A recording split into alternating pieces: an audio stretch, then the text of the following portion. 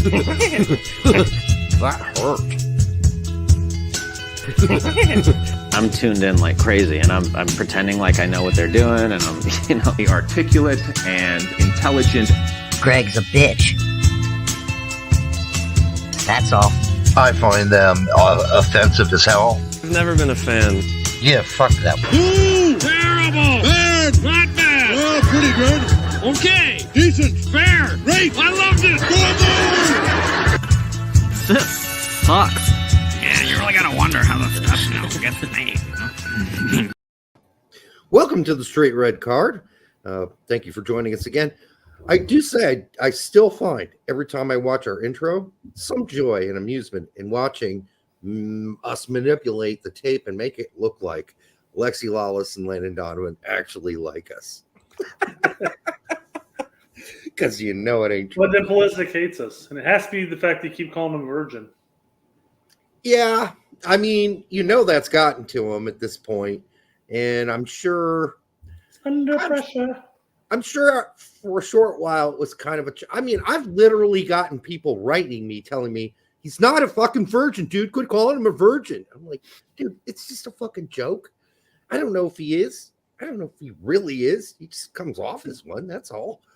And I hope he doesn't take it personally, because someone called me a virgin. Well, there's nothing wrong with being a virgin. Yeah, at his age, if you want to wait till you're married and that's kind of your thing and your vibe and you're Catholic like he is, and that's what you want to do, you go ahead and do it. I got nothing against it. It is a little, he's what, 23 now? 23, 24? 23. So, anyhow, being that I lost my virginity when I turned 16, like a month into 16 years old, just imagine you got to wait another fucking 7 years? Holy shit. But then you watch all these videos out there from people on YouTube, and their videos are called "I have no friends, I have no girlfriend," or "I have no friends, I have no boyfriend," and I've never gone on a date before. And it's just wow. There's just so many people posting these now, and they're all very young, and it's sad to watch. It really is sad. I hope they had their formidable years during COVID. Well, that didn't help. They had to deal with that psyche. They did specify at the beginning of COVID, though, that sexual interactions didn't transmit it. Now, mind you, if you kiss and transfer saliva and all. Yeah. Well, so just flip her over on her knees, and then fuck her from behind, right? That's right. What? Are we allowed to say that word now? Is that okay on the YouTubes? Or it's got to be. It's got to be. They're pushing the lab quote unquote theory. Yeah, so I think you can probably say it now. I think safely on YouTube. They have new buzzwords on YouTube that buzz the algorithm, and we're not monetizing anyway, so who cares?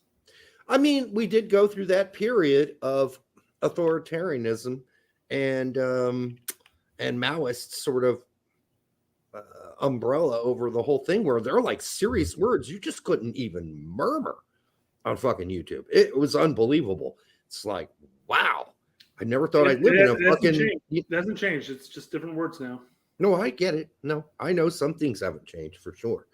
So hopefully we're all allowed to just talk on this supposedly platform for having discussions and making content. I don't know. We'll see. Pete's back, so that's good. He had a whole show today. He's quitting vaping, which, he's really irritable. He's been talking about being really irritable because he doesn't have the nicotine. And just inject it straight to your eye, right? Well, he could get those little nicotine pills or whatever. That way he doesn't have to vape. He can just get his nicotine fix and just get it over with, right? They have those. You can get the patch if you really just want nicotine. Just ask a friend who smokes if you can lick their cigarettes first, and then hand it back to them. Yeah, you need to do a little more than lick them. Oh, Berlin. What, shove them around? What are you saying? Well, that is how a lot of druggies did it. I think Linda Ronstadt totally ruined her whole anal system by doing cocaine through her butt. Because the colon, there are a lot of blood vessels there. It absorbs it faster, yeah. Yes, it does. So she did a lot of coke first through her nose, not started giving her nosebleeds. So she decided to stick it up her ass. I'm sorry, like you're snorting it Allegedly. and you're starting to bleed out your nose. So your first thought process is, I'm just going to shove it up my ass.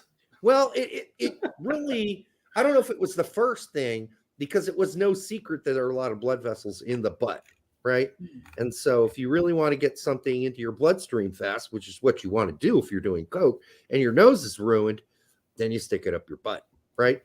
Yeah. All right. Snorting cocaine really helps you quit smoking. Didn't help me back in the 90s. All right. Berlin says, like, comma, you turds, although you put the comma before comma. Like, comma. Like, Comma, you turds. Comma, you turds. Oh, you Like know in the what comma, I mean yeah. in that moment. A little song there. All right. Turn in the background says, welcome back to the Straight Red Card, the only soccer show my wife listens to when she services other men. I guess the talk of KY, Derek singing, and the talk of jizz turns her hydrant on. Well, she got at least one there, unless you count shoving cocaine up your butt. And maybe that's two, I guess. You know, the funny thing about how the turd has evolved on this show is now it's always about his wife. Every single one's about his wife. And you thought Greg was in there a lot. And yeah, but then now the it's concern about that his Greg wife. was gone, and then it had to go to his wife, and then that's really taken off. Yeah. How have you ever heard of the this is a golf term, apparently. I've never heard of it. But apparently some dumbasses play what's called Pennsylvania dick out. So what happens is if you step up to the first tee and you totally miss the ball, you have to play the rest of the hole with your dick out. I think that's kind of weird. Like, what kind of group of dudes are like, yeah, I want to see him play with his dick out for the whole hole? You're saying that if he missed the ball, he's got to put his dick out? Yeah, if you miss the whole ball when you're trying to hit a drive, like the whole ball, like you've seen people do it. They just miss the whole ball when they drive. Yeah. Then you have to take your dick out when you play the rest of the hole. I've never heard of this. Never been bad enough to miss the ball when driving. I was informed of this by a younger person I was talking about golf. And I was just like, wow, I've never heard that. And he thought it was funny that he and his friends did that. And I thought, that's really kind of weird. I don't know that I would have ever thought of something like that. But he's at a fraternity. I'm not going to say what college he's at, but it's nearby. Makes sense now. Makes sense. Yeah. Anyhow, I've known for a while. I didn't see that comment coming. Literally. No, I'm figuratively coming. Also, there's a term in fraternities. There's this thing they make you walk the elephant. I don't know what that is. And there's another thing. This is part of the rituals called It's got to be with your trunk out, right? Again, I was thinking another dick thing. Yeah, that's what I'm thinking. Yeah. I'm like, what's up with that? I mean, I don't know. Doesn't seem like if I ran fraternity, it's certainly no dick things would be going on. I guess it wasn't that into dicks enough to be in a fraternity. It's weird. A lot of those weird, what is that called? Hazing things around the penis and the balls.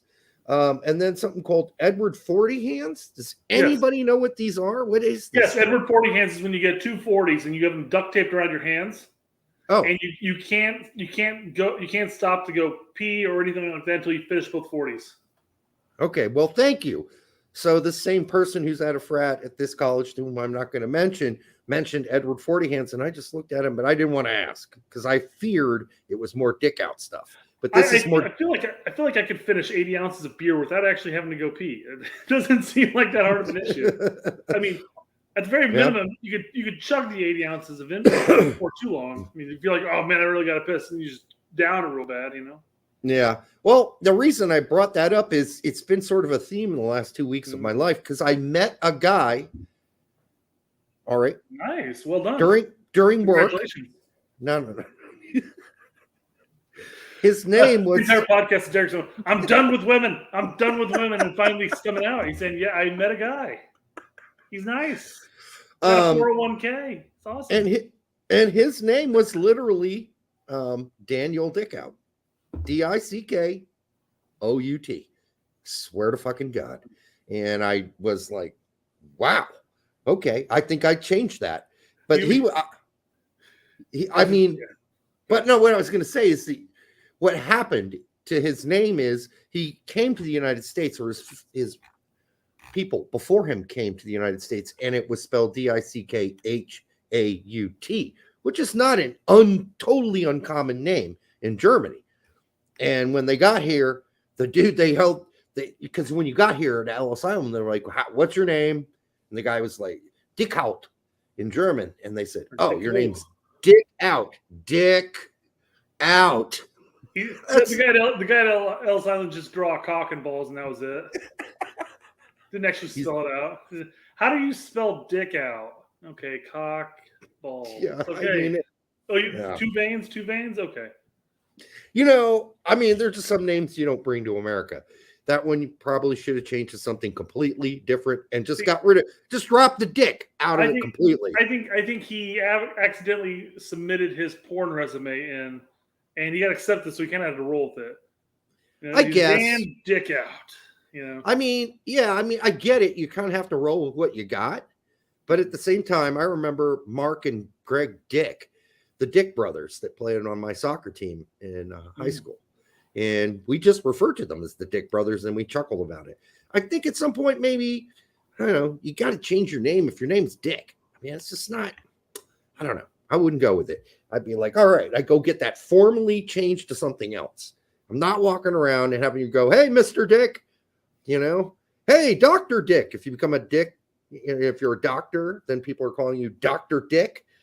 Oh, he must be a dick doctor. No, he's not. He's actually a brain surgeon. He's just named Dr. Dick. But that's like my mom's a dentist. His name was Dr. Toothacher. I swear to fucking God, his name was Dr. Toothacher. He still practices in Indianapolis. Look it up. All right. C. Stu.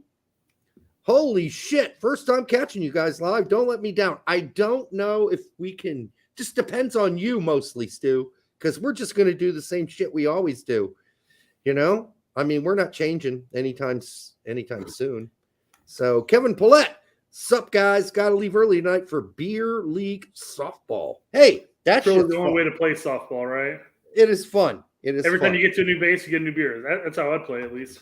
Speaking of beers, tonight's beer is, oh, shit. Can you see that, Brett? La Trappe.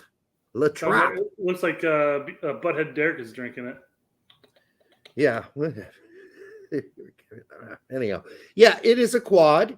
It is from Belgium, and it is 10% alcohol. We'll see. I've never had it before. Hopefully it doesn't suck because it was really expensive.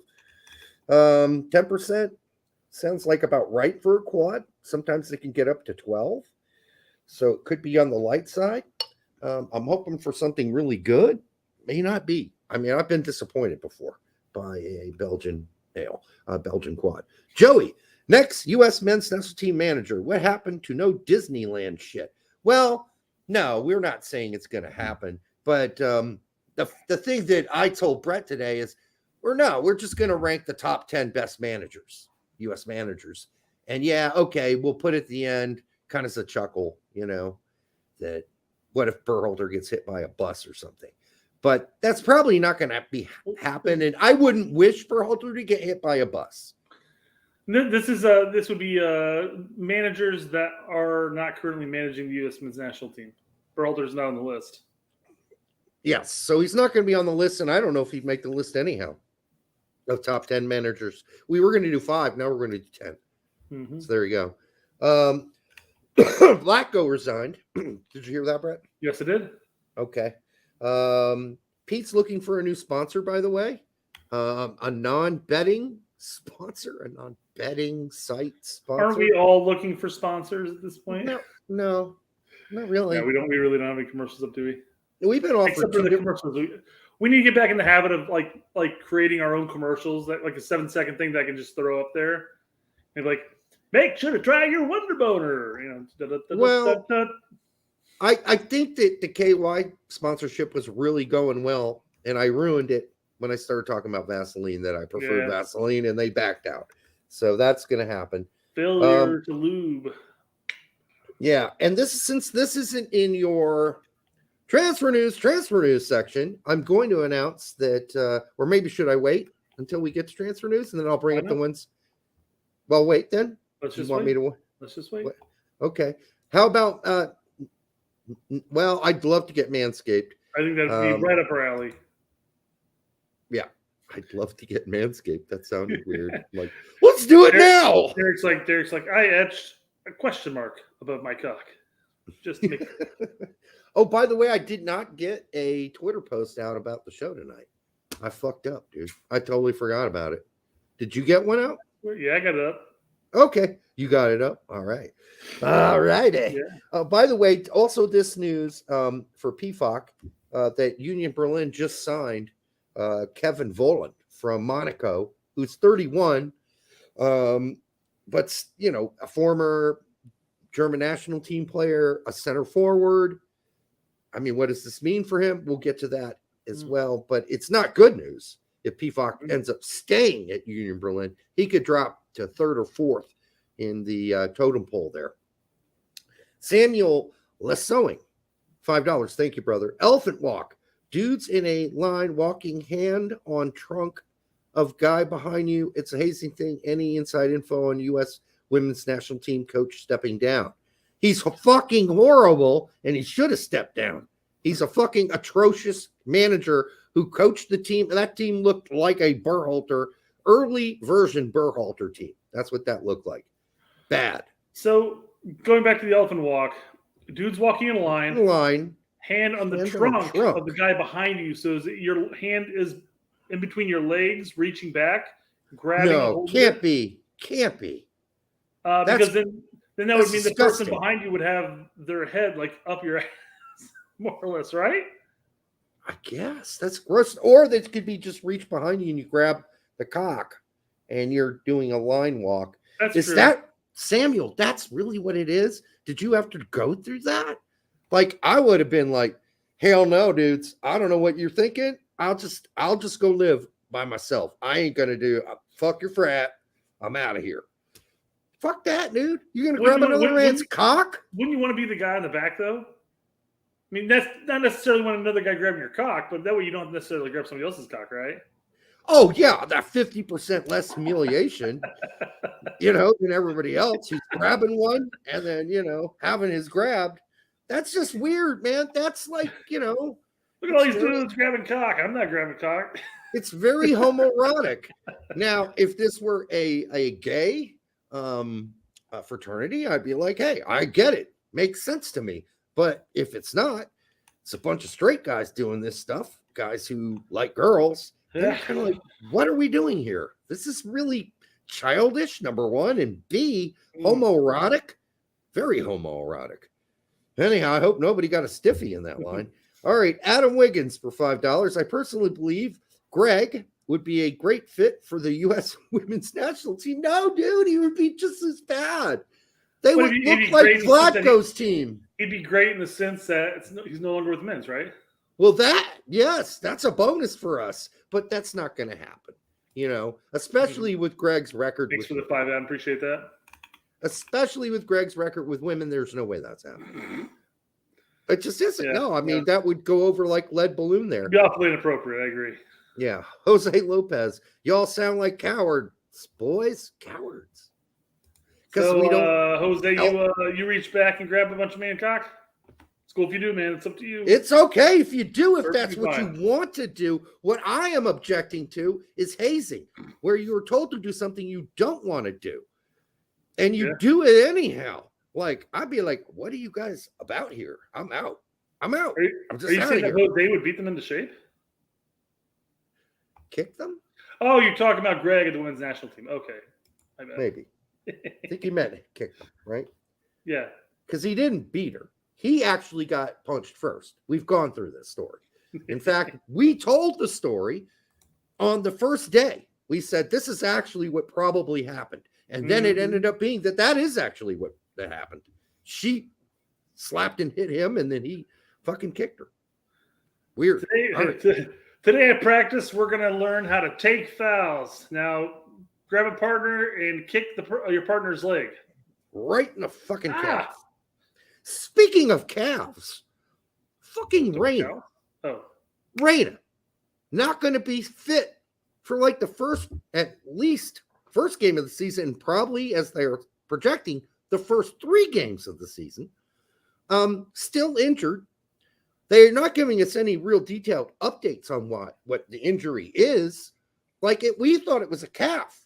That's what we were told. Well, this must be the most fucking ripped up injured calf I've ever seen in my life, because a calf injury, a strain, or a pull only lasts for about 3 weeks. I thought this was the same injury that he sustained from Nations League. It is, which was in June. He took a cleat to the leg. I mean, it's possible that there's more damage involved there. I wish they would tell us that, because I'm starting to get worried, because that kind of injury typically doesn't take that long to get back from. So now I'm like really more concerned than I should probably need to be. But Dortmund are so secretive about, Dortmund's horrible at healing players. Maybe they rehired their old medical staff from a couple years back. What I think happens is he comes in the morning, they look at his calf, and they're like, okay, hold on. And the doctor just stops right on the injury again and says, sorry, does that feel better? He doesn't lie on his back. He grabs him by the leg and just like, crack. Oh, nope, you're no good. Sorry. Something's wrong. It's not working there, because they, first of all, have a barn full of fucking injured players. Now, I know they've changed all the staff, so we are hoping for an improvement this year. But, I mean, seriously, this is getting very concerning at this point. Yeah. I know we didn't want to say things like, oh, Reina's an injury-prone motherfucker or anything like that, but it's starting to look like maybe this guy takes a long time to get back from injuries, not to mention the other times where he came back and then got re-injured immediately at Dortmund. But that was happening to the whole fucking team. Yeah. So I Berlin guess... says Greg's BFF is a Dortmund doctor. Makes sense now. Best fucking... Oh, in the sense that he's not going to have Best to... friend forever. In the sense that he's not going to have a meeting with Reina anytime soon and get on his knees and coddle his nuts. Keep injuring him. Do it. Because Greg is not looking forward to that meeting. I will say though, because when the news came out that he's going to be missing the at least the first match, people are like, "Oh man, he might not be ready for the September friendlies." I'm like, at this point, I don't want him to go to the September friendlies. No, I don't either. Even if he were healthy today, I would actually prefer him to stay at Dortmund, get healthy, get some playing time. And then we'll readdress this later. We got the September friendlies, and then we got the October friendlies. Let's look at the October. Let's say fuck the September ones. It's against fucking Uzbekistan and Oman. Who fucking cares? Let's worry about what is it? Germany and Ghana? Are those the 2 in October? Oh, much better teams. So let's worry about those games instead. We're playing a bunch of turds in September, so teams that we should easily beat. He wanted to pad his numbers. That was it, right? Dude, I don't know. I mean, we know that it's going to be difficult to get good friendlies because of the way the windows are set up, because of Nations League across the world, right? Well, not across the whole world, but across large swaths of it. And so, especially Europe. So it's going to be really hard to get good friendlies. It's going to suck. But we could have done better than that. I'm pretty sure of that. By the way, the thing I want to bring... Oh, no. You know what? I'm going to save that for the end of the show. That's going to be fun. We're going to save that. Just come back to it later. Yeah, we will. Death, taxes, Reina injured, constants in life. Thank you, Juan. We appreciate it. Yeah, I mean, death happens to all of us. Taxes, well, not unless you live in Switzerland, I guess.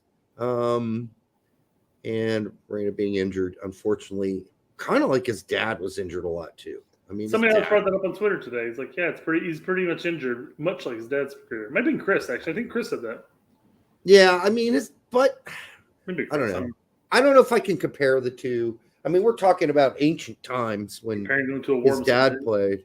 Yeah, they didn't have physios worth a dick back then. So, you'd think that Reina would but I just feel like players, it may not have been you, Chris, sorry. But yeah, players back in the day used to just play with the injuries. Now, they may have had shorter careers in the long run, I guess. You keep fucking up a hammy. Maybe you're not running as fast as you are at the age of 27, 28. But right. I feel like players that old used to play on broken legs, broken bones. guys would play bleeding out their heads. guys would play a game and then go to the pub and drink like fucking, a fish after the game. Because they were men, real men. Men. All right. So, I did want to bring up, if anybody hasn't seen it, Kensington, Philadelphia. It's got to be the most horrific place. It's like a 6 block by 6 block area filled with just people who have addiction issues, obviously. Doing fentanyl, doing heroin, many dying over the year. And this is part of our research. And then I started kind of getting involved in this series where they, they interview somebody a year ago, and then, they show the second interview, third, and just see how they progress.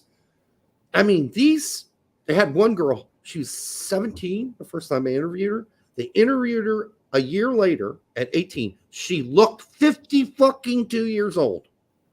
She looked my age. That shit, living on the streets, taking that shit and putting that in your body. I mean, it's just crazy. But this is Zombie Land, Kensington. If you haven't heard about it, look it up on YouTube. Yeah. It's like a nightmare. It's a nightmare is what it is. I feel like they've got to counter the aging effect of drugs with alcohol. Alcohol is nature's beauty serum. Do you think? Yes. Okay. Just look at me. I'm not sure that helped Best after he took up his drinking issues and came to the United States. He looked half the man he used to be with the Aztecs. George Best. Anyhow, Jose Lopez, thank you, my friend. 199. Aren't we playing Borat? Home country. Of Kazakhstan. Yeah, I don't think that Thanks, Senor River. I would have forgotten all about Kazakhstan. Didn't they go on a campaign against him for that? Yeah, we made him look like idiots. When The country went on a campaign against Cohen. Yeah. Basically he made it look like the people from that country are idiots. Yeah, but I guess he had to pick. He could have made up a fictional country, right? He didn't have to pick on one country, but he did. And so now that'll be known as what it is. He's become kind of a disappointing personality in more recent years. I'm not going to get into why, but he's one of those pro censorship guys now, which is weird based on his videos, and his movies. Yeah. You'd think, okay, here's a guy who would defend everyone to the last drop, but guess not. Okay. All right, let's get into whatever you got, Brett. Unless you got something else you want to. Oh, by the way, Harry Kane went to Bayern Munich, right? That's a perfect fit on paper. Perfect fit. So I hate Bayern, but they'll probably win more games this season. Although their coach is Thomas Tuchel, so don't count on it. All right. One thing Tuchel knows how to do is after a while. Wear out, fuck up an attack and wear out his welcome really fast with the players. Len, thank you for $15. 3 weeks, 2 days until Greg. Yeah, I know. I can't believe we get through these droughts where there's really not a lot of soccer news at all, because it's like, what do you talk about half the time? But I do love the fact that we're going to get something in September to really dive into, even though it's just a bunch of fucking goat fuckers that we're playing. All right.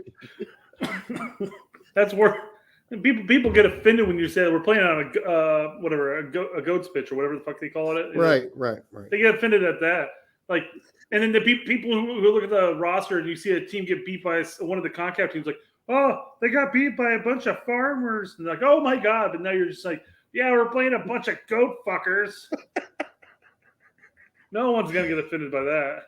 I don't know. I don't think there are a lot of Kazakhs. I think that's what they'd be called. Because Kazakhs. They're not Kazakhstanis. They're Kazakhs. Kazakhs. I don't think we have a whole lot of Kazakhs that watch our show. Maybe. And even so, I don't think they're all goat fuckers. So there you go. We got our own goat fuckers over here. Good people on both sides. Goat fuckers and non-goat fuckers. All right. That's your Yeah. Trump impersonation. Why not? We got Glad good, we're born- good, glad good we're people born- on both good sides. people. Both sides. I can't Well, do what the it. hell are you doing? I don't know how to do it. I think Trump. that was pretty fucking closer. It was much No, closer. yours is much better than I could do. Yeah. All right. You gotta talk like it's nasally for the back of your throat. Always at that pitch and tone. All right.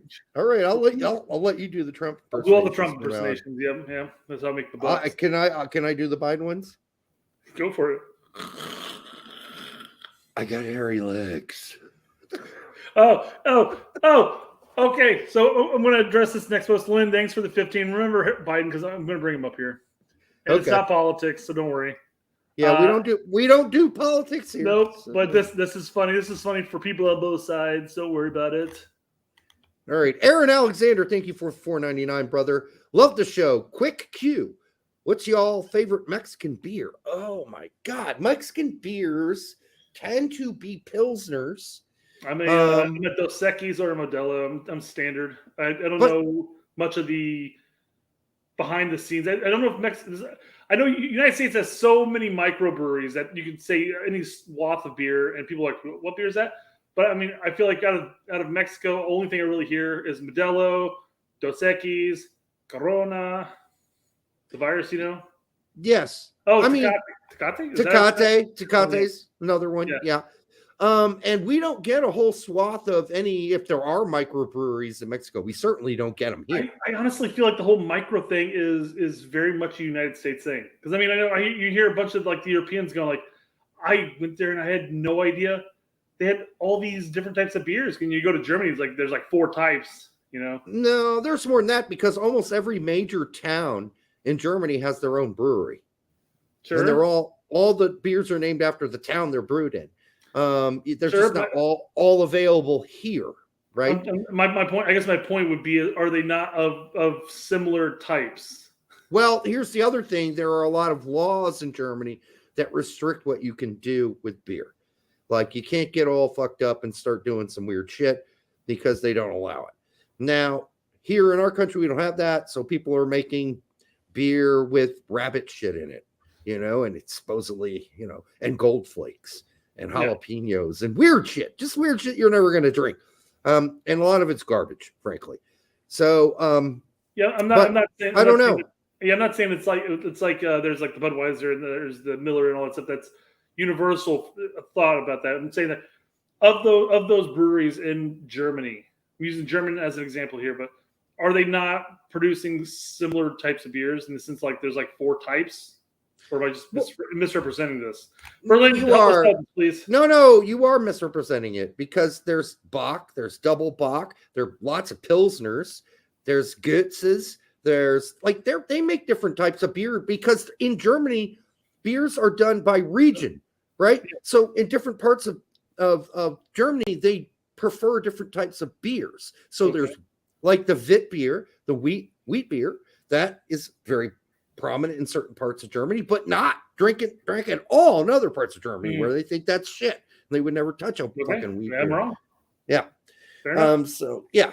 Lots of different beers in Germany, but you're not going to find anything Belgium like in Germany. They just don't do that kind of beer. Like the best you're going to get is like a double Bock is about the closest you're going to get to like a quad.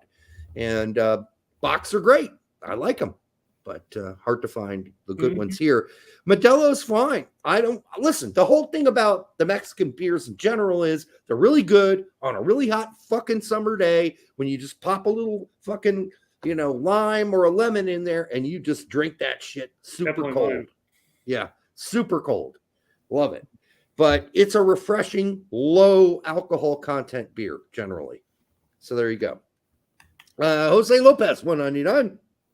Mexican beer over German beer. Fight me, Berlin.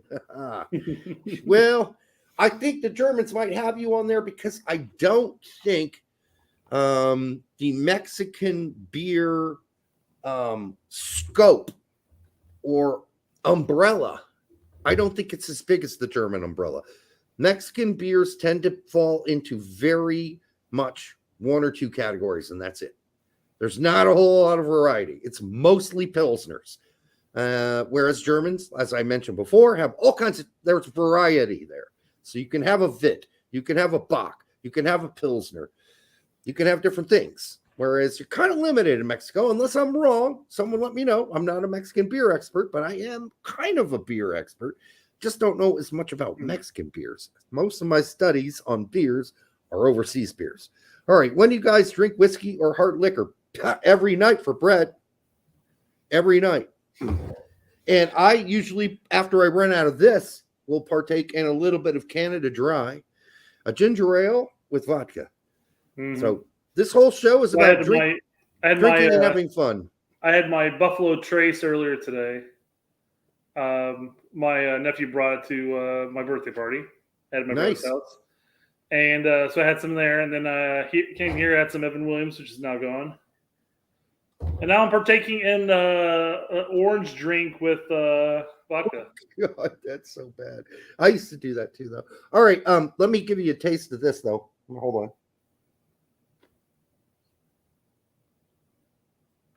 Okay. It's got caramel notes, malt, and kind of heavy on the alcohol and the aftertaste. A little heavy on the alcohol. At 10%, sometimes that's hard to hide. Maybe not enough fruitiness, like a hint of apple would be nice, or raisin or plum, something like that. But it's not really in here. It's mostly caramel and malt. Adam, I never really got into the orange drink thing. Derek was doing it long before me. Yes. Actually, in this podcast doing it. I'm like, yeah, look at the early ones. Why the fuck would you drink that? Oh my God, what's wrong with you? And then I started getting it for my kids because it's non-caffeinated and we have the lemon lime already. Right.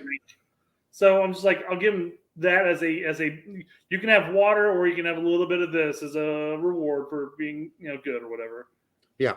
So, but it's not that bad. It's just that I did it, and after a while I'm like, I need a different flavor. So I went to Canada Dry. It's been solid. All right, let's get real quick. C2 says if you like Trace, try Old Tub. I'm actually this October I'm going out with my friend Chad, who's been in the chat before, not of late though, unless he's going by a different name. I can't tell. Traitor. But he's a doctor and he's got a life of his own. Doctor and family. Dr. Chad Dick out. Yeah. But for his birthday and everything, we're going down to Kentucky and Tennessee and doing the bourbon trail. So or maybe it's just all nice. I'm not sure, but nice. Yeah. Travel around drinking all the bourbons. The wives aren't going to because none of them like bourbon. So it's just you two studs. And I guess any of other of Chad's family that's going that drinks bourbon. So. Oh, you're going with his family. Whoever Chad invites, it's his birthday. Oh, it's your birthday. Yeah, I only met Chad once. So. At 40, you just tend to stop inviting all of your friends, and you just include everybody who wants to, hang out. Dude, at 40, I was still rocking it hard. Still rocking it. Partying. Still partying. All right. Just a couple times a year, though. New Year's, well, we played every year in what was the place called? Holy shit, I forgot. It's not Second Mousetrap. No. Vogue. We did play at the Vogue. This is sort of south, Bluebird. Oh. Southern Indianapolis. Brass Monkey. The whole where the Fountain Square area. I've only been there once, and I only went there once because a friend of mine, actually my brother-in-law wanted to go there. They have a meadery, and me, him, and a friend of mine walked in there, and everybody in the meadery turned and looked at us, and I could read their minds. They were all saying the same fucking thing, saying, "Go back to your breweries." Yes. Get out of our meadery.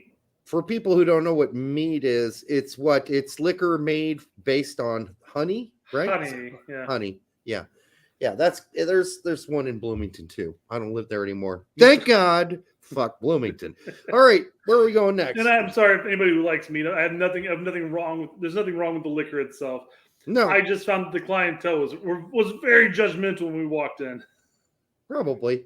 like, look we like a don't bunch- know who you are. Get out of here. You know, Bunch of cavemen. Yeah. All right. Let's we go. were the cavemen. Yes. I know. That's what All I'm right, saying. Yeah, I know. Yeah. I was clarifying in case nobody was paying attention there. All right. Okay. So you brought this up. Okay. So I wanted to play this video. I got a little video here. It's a news. Pittsburgh Action News 4. Okay. There's a big penis chalk thing there. Oh, look at that. Yeah. Yeah. All right. It's not clear what may have been taken, and no arrests have been made. A 71-year-old man is accused of inappropriately touching a 12-year-old girl at the Walmart in Westminster. Whoops! They got the wrong. It's not clear what may have been They taken. got the wrong thing up there. A 71-year-old man is accused of inappropriately touching a 12-year-old girl at the Walmart in Westminster Sunday afternoon. I think they meant sniffing. It's not clear Oh what my may have goodness, been no. taken. Yeah. I'm sure that topic comes up later. The State of the Union comes up after the 71-year-old is Yeah. using this. Oh, I bet. According to court It's not They tried to like go to the other dude while she was talking. Quick, pan over. But it was said, camera Lisa, two, you're fired, camera, you're fired. holy shit, camera two, fucking shit, oh shit, that's gonna become a meme, you assholes. Oh, and All no right, arrests. anyhow, good shit. I know it. A man is accused of Good shit. inappropriately All right. touching a 12 oh my God. He's all not that. I'm like, 71, okay. he's like 81. 91. Something like that, yeah. Yeah, it's I know he's old. No, we'll just stick with that. Oh All right, God. what do you got next? Next tab. Derek, have you ever been in a situation where you should have died but then survived? A couple times. Okay, fair enough. One, I was a Ute, and a Ute, Nice. and I was at Montana, one of those big parks, and it overlooked. There was a very low rail, and the wind was really whipping around. But I was leaning over the rail, and the wind hit me, and was pull. I was going to fall over. I was like 7 or 8 years old. And some guy grabbed me by the collar and yanked my ass up. Otherwise, I was falling all the way to the bottom of that canyon and dying. So Chris, this is, I'm hoping you're finishing the quote there because I'm sure Derek knows which movie this is from, right? A Ute. I don't. I just leave The two Utes walked into the convenience store. I'm sorry. What'd you say? What? What is a Ute? Oh, I'm sorry, Your Honor. Two youths. Oh yes, that's My cousin Vinny. Yeah, my cousin Vinny, and Yeah. So fuck these two Utes. Two They go Utes. into the Utes. Yeah, What's a Ute? You know. Yeah. I love that. That's so good. And that was Herman Munster, I believe. Yes, it was. Yes. Was the judge. Yeah, Yep. that was so cool. All right, what do we got here? Hopefully, death. Oh, well, we'll see. He's sitting in the back of his truck. It looks like it's just off to the side of a road next to some kind of a pub or something. There's a couple motorcycles and stuff here. It's got to be Asia because that's a whole lot of little tiny bikes. Yeah, maybe. They got a lot of those over there. He's just chilling in the back of his truck, probably on the Twitter saying, hey, what's Straight Red Card saying today? Right. And all of a sudden... Holy fuck! It's like, what the fuck was that? That He's is just oh my God, that is the luckiest man alive. Oh, yes, he is alive. Somebody just kicked the chair out from underneath him, man. Yeah, I mean, he stood up too. Holy fuck! At the worst, what he has right there is a bruised coccyx, right? At the worst, yes. Yeah. Tailbone, He stood up and he's like, right? God damn, my ass is sore, but I'm happy about that. I like that term. Hello, my coccyx is sore. Yeah. No, not that. My Or you just bruised coccyx. your coccyx. Why do you stop saying that? Just saying my coccyx. My coccyx. My coccyx is bruised. All right, that was crazy, dude. Oh my All right. goodness. What else you got? Let's branch out to a little more humorous aspect of life. What the fuck we been doing the whole time? Well, we've been watching death-defying survival videos, and we watched Biden get called out for being a sex offender. A 71-year-old, yeah, sex offender. All right, but anyways, I got a fun little video here. Something light in the mood here. Just, looks like some girls in the a girl in the bathroom at least. Okay. God, I wish this could get closer, but it's not. It's because That's okay. they're all right. So here she goes. Here we.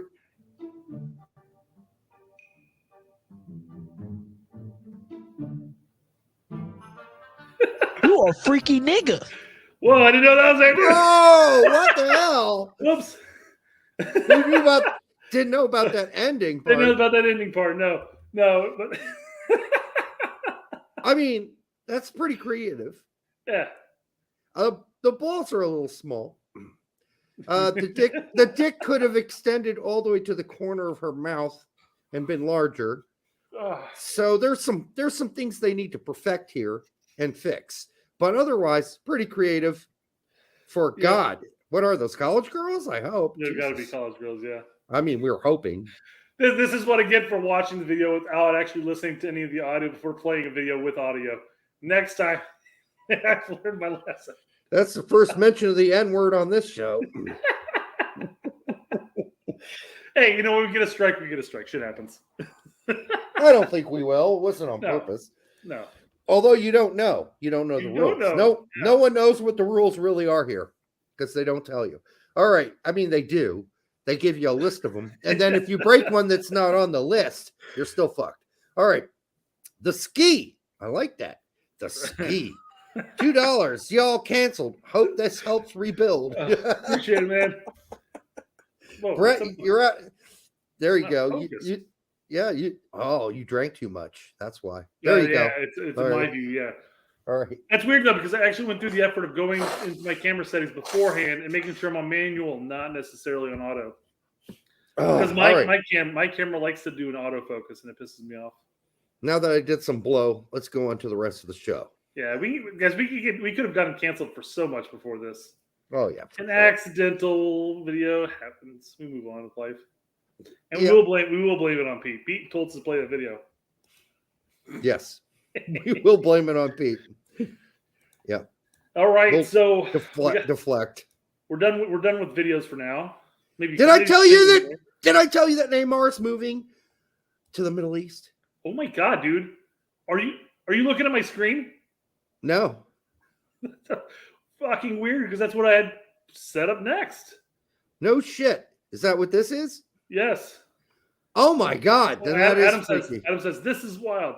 It'd be hard for anyone to turn this down. If they offered him this, can you imagine what Mbappe or Messi would have gotten? Yeah, Mbappe would have gotten $750 million for 1 year.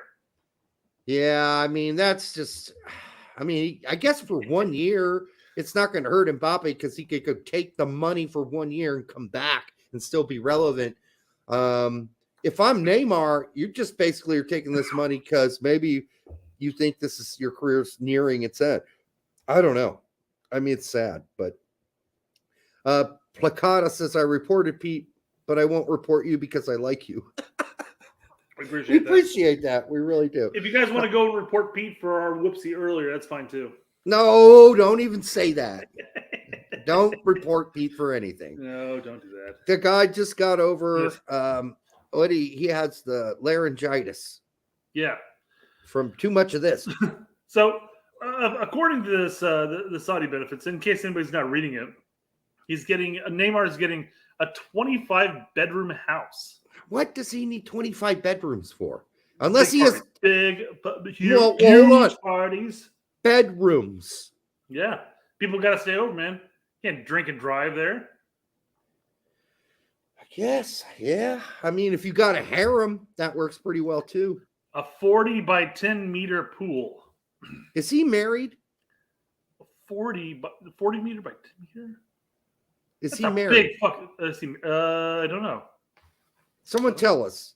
I don't think he is. There you go. We got it. Senor River says, for all of his women. That's what I said. 25 girlfriend houses. That's what I said. The word one for each fucking girlfriends.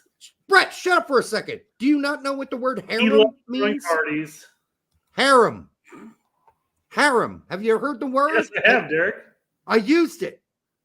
Derek, I can't pay attention to every single word you say. I've got to pay attention. Of course you can. Make sure the show goes smoothly while reading the chat. And I've got to sit here and listen to you too. I said his harem, for his harem. 25 bedrooms for his harem. I thought you were talking about his hair.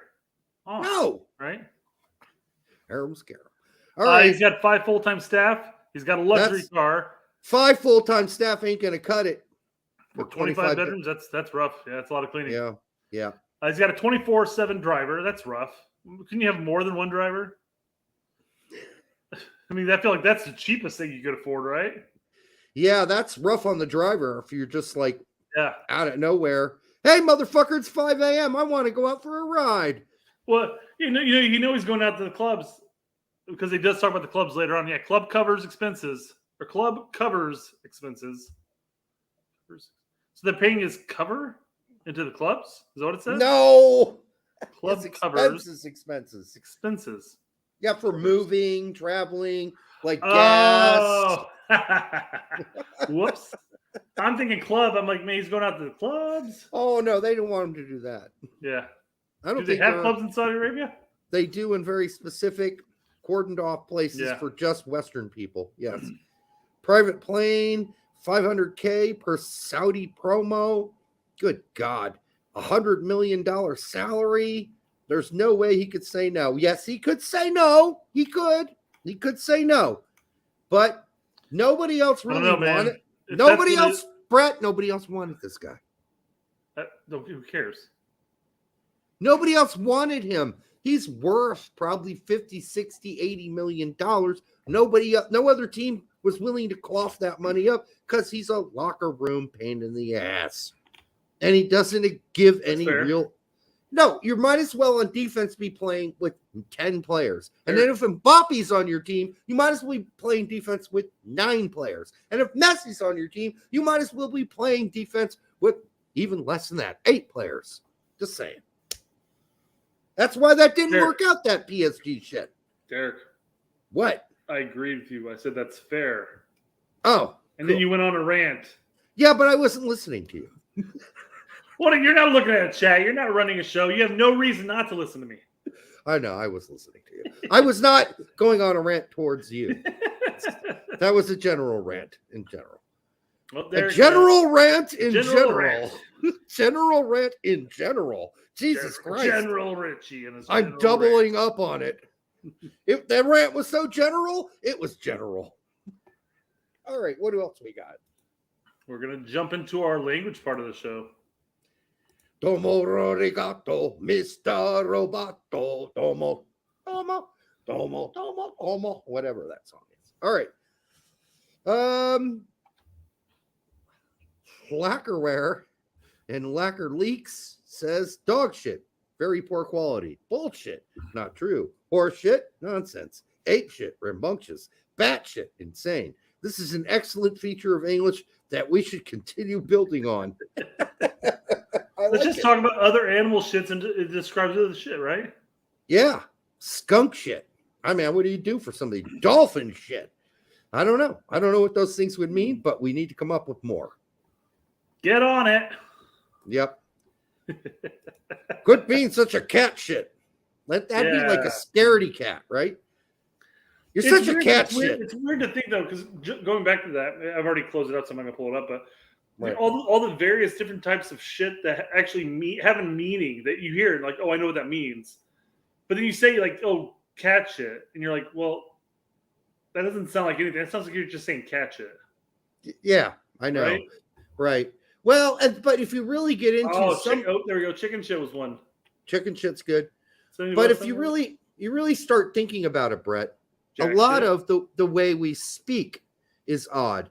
And I think it was the great George Carlin who said, now I don't really get this saying. He said, you don't take a shit, you leave a shit. So why do we call it take a shit? You don't take anything. You leave it. You don't take it. You leave it. You know what I mean? That doesn't make any fucking sense. Doesn't make sense. Welcome to the English language, right? Yeah. I mean, we say some weird shit. I think I played the comedy video for you after the show, last show, I think, or maybe the show prior, where the guy, and I don't know his name. I've seen other videos of him, and he's absolutely hysterical. But he's so calm, but he's also foreign. So he's like, he's like, I hate, I hate how English, the verbs don't all work. Because I'm like, I dance, you dance, he dances. Yes. Why? Why? Is he dancing more than me? Right. He gets an extra S for his dance. 647 people dance, and he dances. He dances. How much does this motherfucker dance? I mean, Well, and that's the whole skit right there. The whole joke was right there. Well, that's why a lot of foreigners will come here, and when they're speaking English, when they first get here, they say, "Oh, he dances. I dance too." They don't say, they don't add the S because it doesn't make sense to them, and I get why it doesn't make sense to them. Yeah. No, 100%. All right.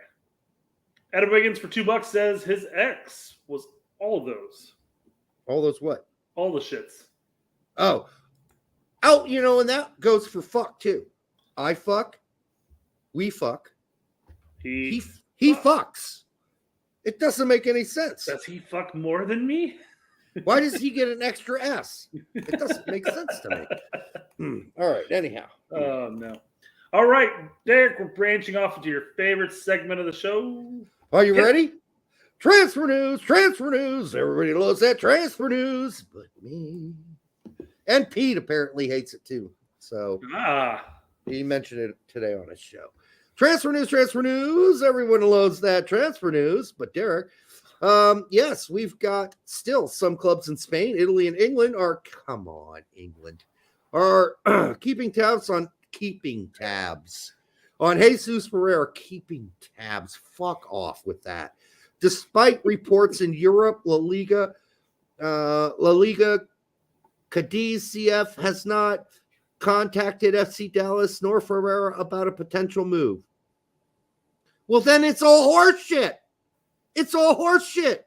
It's been horseshit from day one. Why did anybody care about this shit? Why are we covering this shit? Because fuckers keep posting bullshit. Real quick, yeah. And Berlin goes, shit, Tom Bogert too? No! Yes. Show more. Do we need to show more on this? Club America considered an offer last month, but then they found out Ferreira had herpes and passed. I mean, really? Is this really serious? Otaku, come on, brother. You got to stop this shit. It was from Tom Bogert. Look at it. The real Tom Bogert. It wasn't like the fake Tom Bogert. It was the real one? Yeah. Oh, Tom, man. Come on, dude. At least you got to be a little discerning here, because here's the thing. And Ferreira's done this already. When there were all these other rumors, he's like, I don't know what any of those jackasses were saying on fucking Twitter, because none of that shit was true. It's funny. Nobody's been approaching you. It's funny you bring that up there, because when the rumors are swirling and they're like, hey, Ferreira, you have all these teams interested in you. What is Ferreira doing? Ferreira is streaming Fortnite. Yeah, he didn't want to leave. Guys, Ferreira does not want to leave FC Dallas. He has never mentioned any inclination of going to Europe. He is a DP, a double penetration player for Major League Soccer. He is not going to leave as long as he's getting paid double penetration money. Why would he leave? Yeah, the big question really is he's not ambitious, Brett. He's making $1.6 million right now to do a couple hour practice with FC Dallas, play a game or two a week, and then go home and stream Fortnite. Which nothing wrong with streaming Fortnite. It's a great use of time. Better than clubbing and wasting money out there. Better than playing with your foreskin. Yeah, sure, I guess. Because it depends on the modded Fortnite version you're playing, I guess, right? Which is really funny. This guy's dressed as a fucking banana. I mean, come on. All right, what else we got? Ken P says, please respect our World Cup starter. No. One of the worst World Cup starters we had. You know what, Derek? I don't think Derek or I have really come out and said that Ferreira can't play well. We don't think that he could say if he goes to Europe and does well. I mean, it's not like we're sitting here going like, well, he's just an awful player. Period. No, we were saying like he needs to challenge himself. He needs to go out there and play. And right now, there are other players playing in Europe against stiffer competition, especially in the defense. Stiffer. and still scoring goals. I mean, you had Haji, right? You have Sargent scoring goals. You said Pepe had a PK in the Champions League, right? Yep, scoring. So I mean, people Stiffer. scoring against teams with stiffer, harder, larger defenses, right? Well, harder is, larger is, they're about the same size, but they're stiffer. So I guess they are in a sense larger. The motion of the ocean on the other side of the Atlantic is favorable compared to what we have here. Is what you're dealing with two things. Yeah. One, you got to battle for your spot on the team. Two, you got to fucking deal with promotion and relegation and all the pressures that has. And, three, the defenses are going to probably be better in Spain than they are in MLS. So there you go. Mm-hmm. Stiffer, harder, all that. Yeah. Odds, Sargent invited to September roster. Probably good. I would say they're pretty good. Yeah, he's playing great. Yeah, him and Haji are the only strikers right now that are consistently getting playing time. And I know it's only been a game or two, but they were consistent all preseason, and they're consistent now. So when it comes to September friendly, I would wager that on Greg's first camp, he's going to include Balogun regardless. Because we just got him. Why the fuck would you not? And Pepe. What? And Pepe. You think he'll bring Pepe? Yes. I think he'd bring Sargent over Pepe. I think he'll bring all three. That's possible. I won't. If he brings three, I'll agree with you on that. If he brings two strikers, so assuming that we go back to the old 23 roster, like they talk about with upcoming World Cups or whatever. Right. I don't know. Have they changed that? Is that official? I think it's official. So if it's official, do you think? Let's just assume we bring two strikers at a 23-man roster. I think Sargent's going over Pepe strictly because one, Berhalter included Sargent at the World Cup over Pepe. Yep. And Sargent is playing week in, week out, and he's playing damn well. And Pepe may not. Pepe might not see another. He might only see 7 minutes a week leading into those September friendlies, unless De Jong gets a serious injury. Pepe's the way they're playing right now at PSV, he's going to get like 10 minutes. Lucky to get 20 minutes a game. I'm just saying, when they're up 4-0 at the 60th minute, they should absolutely throw him in. I know that I'm biased. I agree. Well, why not? You got a new striker in the pool. He needs to get minutes, so that way, in case De Jong does get injured, he's not going in cold. You need to start throwing these guys in.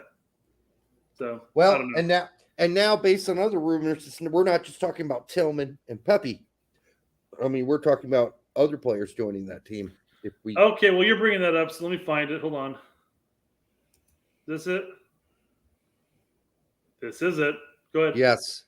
Breaking. PSV are keen on signing Barcelona and U.S. men's national team right back, Sergiño Dest, on loan. Per ESPN, talks are already taking place between Dest and PSV, but the move still has a few hurdles to clear. I don't know why. Fucking Barcelona are dying to get rid of him. He'd be joining U.S. men's national team teammates Pepe and Tillman. I don't even like the idea of having three Americans, but the fact is that all of them, if they are on this team, will struggle to get regular starts, period. That's the truth. I don't know. That's the weird thing, though. But literally 3 years ago, he was a complete starter for Ajax. Yeah, but he's fallen apart. Well, that's weird, though, because when he plays for the U.S. men's national team, he hasn't fallen apart. Yeah, he just isn't getting playing time at the club level. So who knows? I don't know who his competition is, quite frankly. And you may be right. He may be struggling for playing time, even coming to PSV at that point. But I don't know. I'm just saying. You got Van Aanholt on the left for PSV. Good. Long time. He's 31 years old maybe now. All right. He's a regular Dutch international player. No chance for him playing left back. I'm cool with that. No. unless somebody gets injured. And then there's still a battle on the right for him. Yeah. So Dest, and they've got two major injuries on that team at right back. So he's basically coming in for cover. I think if this actually happens, and I'm not going to be surprised if it happens, but I am a little suspicious of this. Why there are hurdles. Barcelona just want to get rid of the dude without just cutting him off and making nothing. So they should be able to sell him for pennies on the dollar and be happy with like a $2 million. Maybe Barcelona's hoping for at least something to recoup. You know, but I'm not saying they should. I mean, they're Barcelona. They're a big enough club at this point. If they need to take a hit financially on a failed player on their program, take the hit. Yeah, but they are got hurt money for cash too, aren't they? Yeah, they are. So maybe they're like, hey, PSV, we want $5 million. PSV's like, no, we'll pay you $2 million. They're like, we'll hold on to. Yeah. I mean, listen, at this point, they should just take anything because they're getting zero other interest. Union Berlin has dropped totally out of the picture. There's nobody else knocking on Barcelona doors for Dest. Dest is out there talking about, I've accomplished this and that. No, you haven't accomplished fucking anything, dude. Mm-hmm. You went to fucking Barcelona. You were a flop. You went to AC Milan. They were like, you suck. Get out of our team. Like, you're not taking fucking your profession seriously. Take it seriously. And then we also know that he's having some mental health issues about his confidence. And that goes part and parcel with having teams that don't want you that just signed you. That's going to hurt your confidence. So. Yeah, you play for 2 years, Or you don't, let me rephrase that. You don't play for 2 years. It doesn't matter what you do for the national team at the point because that's going to affect your mentality. John here says Dest salary demands. That's possible hurdle. No, well, if PSV's like, hey, I'll pay you $200,000, and he's like, bro, I'm getting like 1.4 mil over here. I'm not sure if that's the number. I'm making numbers up here. I hope that's not a reason because that's just arrogance on his part. Has he watched himself play for anybody but the U.S. men's national team for the last 2 or 3 years? It's been atrocious. It's been bad. And then they give him a chance in preseason, and he goes out and plays the worst game I have ever seen him play. Absolutely gets burned left and right, is horrible the whole game. I mean, just atrocious. I'd be curious to find out if there's going to be a team that's going to look at him and say, maybe we don't play him as a back. Maybe we play him as a wing. Play him as a midfielder. I'm just saying he's got the dribbling ability, but if you take away his defensive responsibility, maybe his offensive skill set will shine even more. We've said that here before. Either play him out wide as a wide midfielder or a wide winger. Mm-hmm. Right? If you're playing a 4-4, you could play him as a left midfielder or a right midfielder, a 4-4-2. If you're playing a 4-3-3, you could play him as one of the wingers on the top three. But don't play him at left back and right back because he doesn't like to play defense. He doesn't like to work. And apparently, though, however, Brett, his biggest problem is the effort he exudes at practice. Now, that may not be all his fault because he comes off as kind of a laid-back, lazy guy. But that doesn't mean that's always true, right?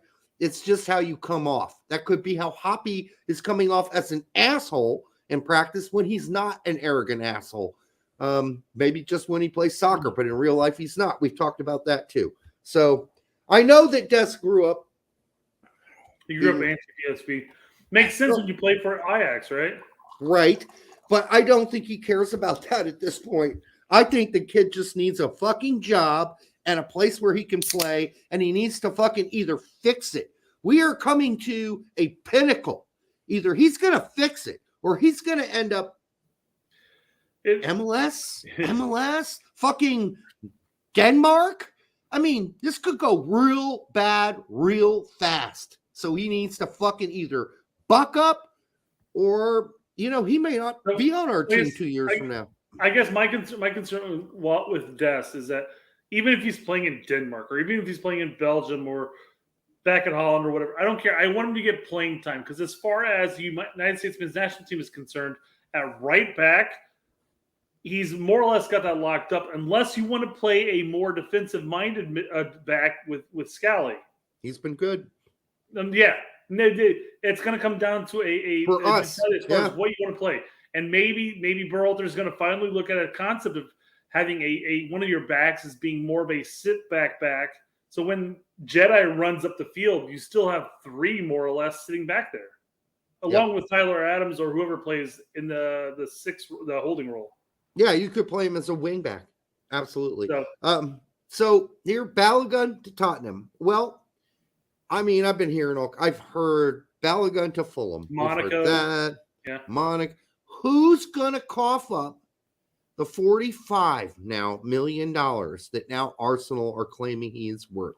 Well, Fulham, I think, it come back to Arsenal and said, well, we're willing to give you 35. And Arsenal's like, fuck off. That ain't good enough. It's like they are. Picked up Jimenez. I don't think he's looking for another striker at this point. Okay, no, because Mitrovic is leaving. Okay. They're selling him. So now you only have Jimenez, who could go cold. We don't know. And you got Vinicius, who's really good. Vinicius, yeah.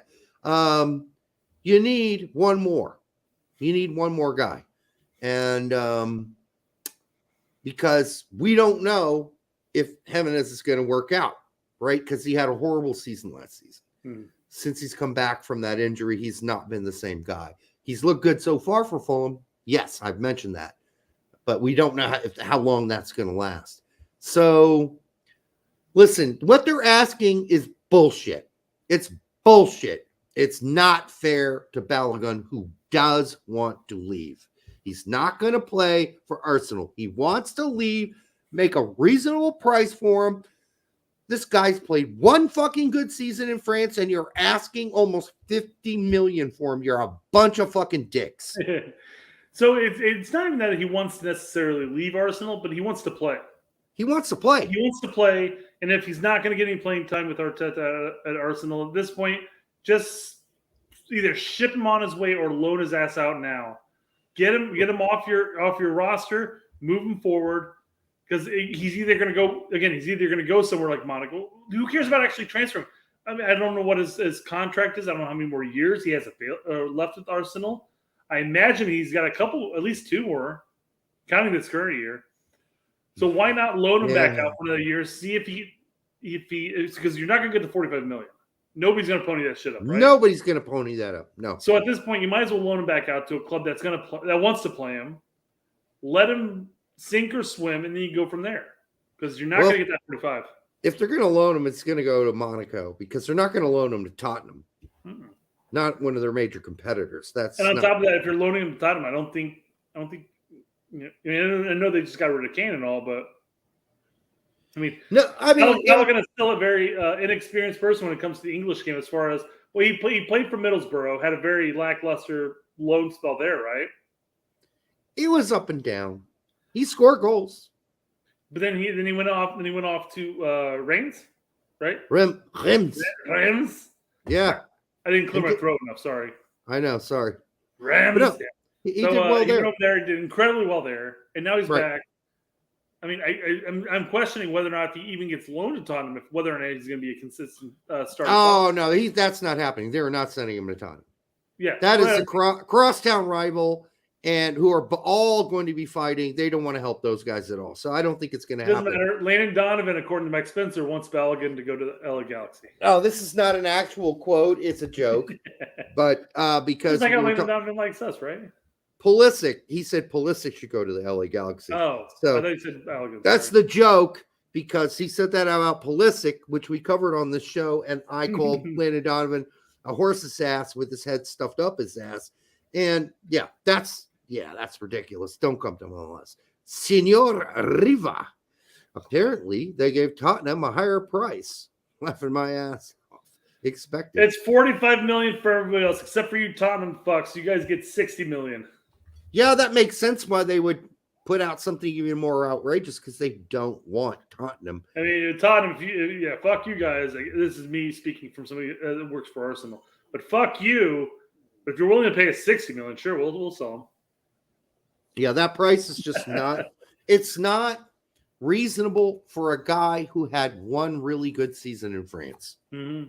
It's just not. I mean, you must – And one goal for the United States men's national team. Don't forget that. Yeah, I mean, if you're going to pay that much, you have to believe. You have to be drinking the Balogun wine to believe. Yeah. What? I didn't say you had to suck his dick. I just said drinking. How else do you get Balogun's wine, right? You have to take the Balogun, LSD. at this point to do that. That's better. Let's go with LSD. Yes, I agree. All right. All right. What else we got here? All right. Zach McCabe. Looking at both teams' rosters, Mönchengladbach is probably the better option. So far, it looks like Becker will stay. They'd be stupid to get rid of Becker. Mönchengladbach has a few young CFs, and they have Plea, who only had 2 goals in 29 league matches. At least with Gladbach, he can compete for a position. The Voland signing today was not good for PFOC. They're kind of the same player, Kevin Voland from Monaco. He's a German player who played all over the Bundesliga before going off to Monaco. And he's 31, so he's an older gentleman. So it really becomes like, I mean, between Berins and Voland and PFOC, I mean, they're all the same dude. That's 3 big center forwards.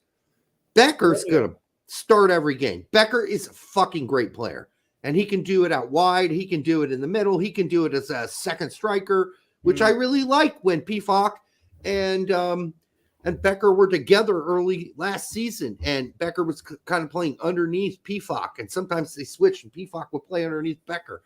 But we're not getting that anymore. They gave up on that shit. So I don't know about this rumor.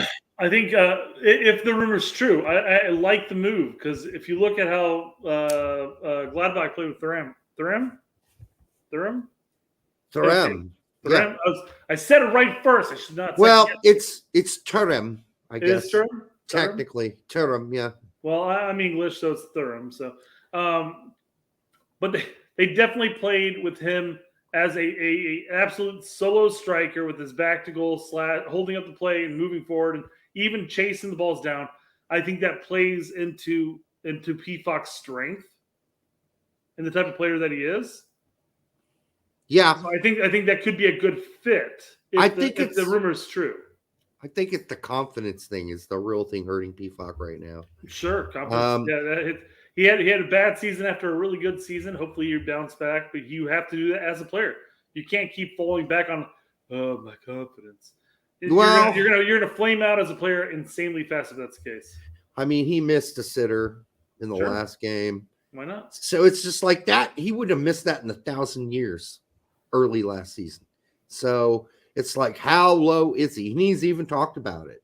He's talked about his confidence issues. He's talked about the injury and coming back from it, and then not playing as well as he had played earlier in the season, playing himself off the U.S. men's national team. So it's in his head a bit. It's in his head. So he'll have to work that out.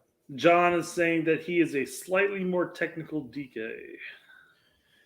Yeah, there's that. There's also the vision. I think he's a little more. I think he's a little more than slightly, though. And I'm not trying to bash DK in this sense. Don't get me wrong. I think if DK gets remain healthy, I think he could be a very, very good striker. But that's the key, right? He's not healthy. And number 2, I don't think his tactical understanding is as evolved as PFOC's.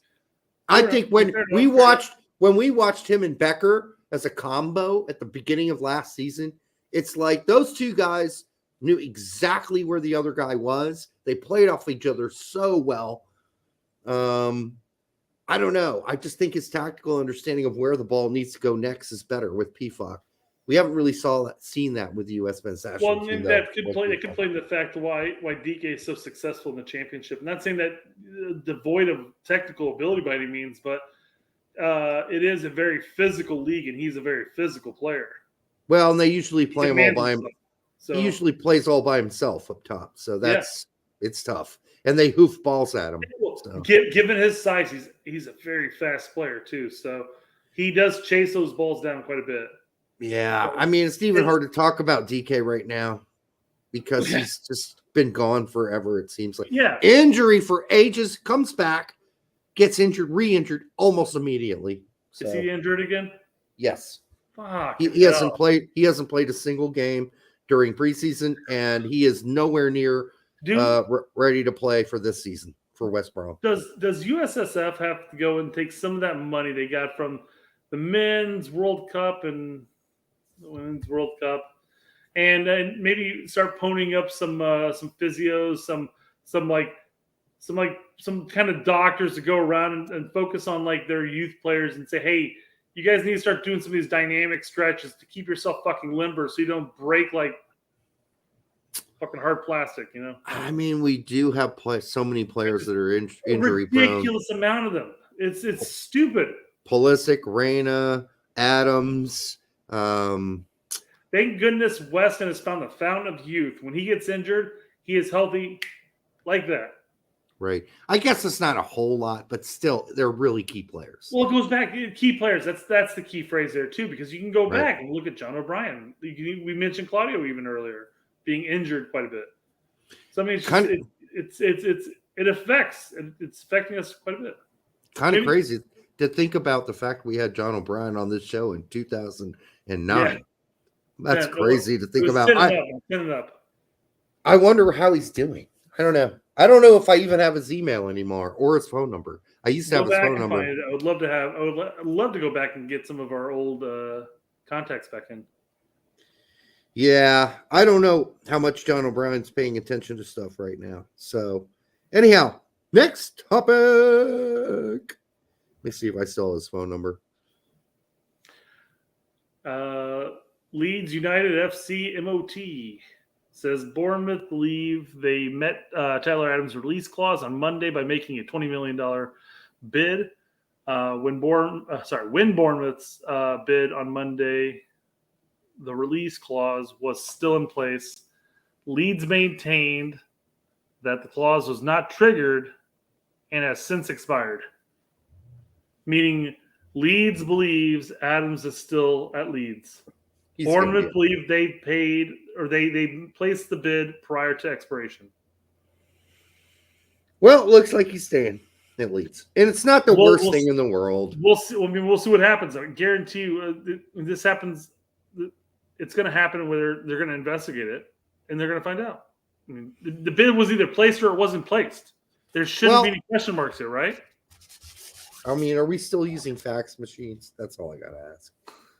More than likely, yes. More than likely, yes. Everybody from Leeds front office took a day off on Friday, so they didn't capture that email. That text. We didn't see it. Whatever. We didn't see it. We got a Monday, and that was well past his expiration date. I mean, so, it's fun. Who knows, Brett? It's hilarious because honestly, you could really like go. The fax comes through. You look at it off the fax machine. You're like, I never saw this.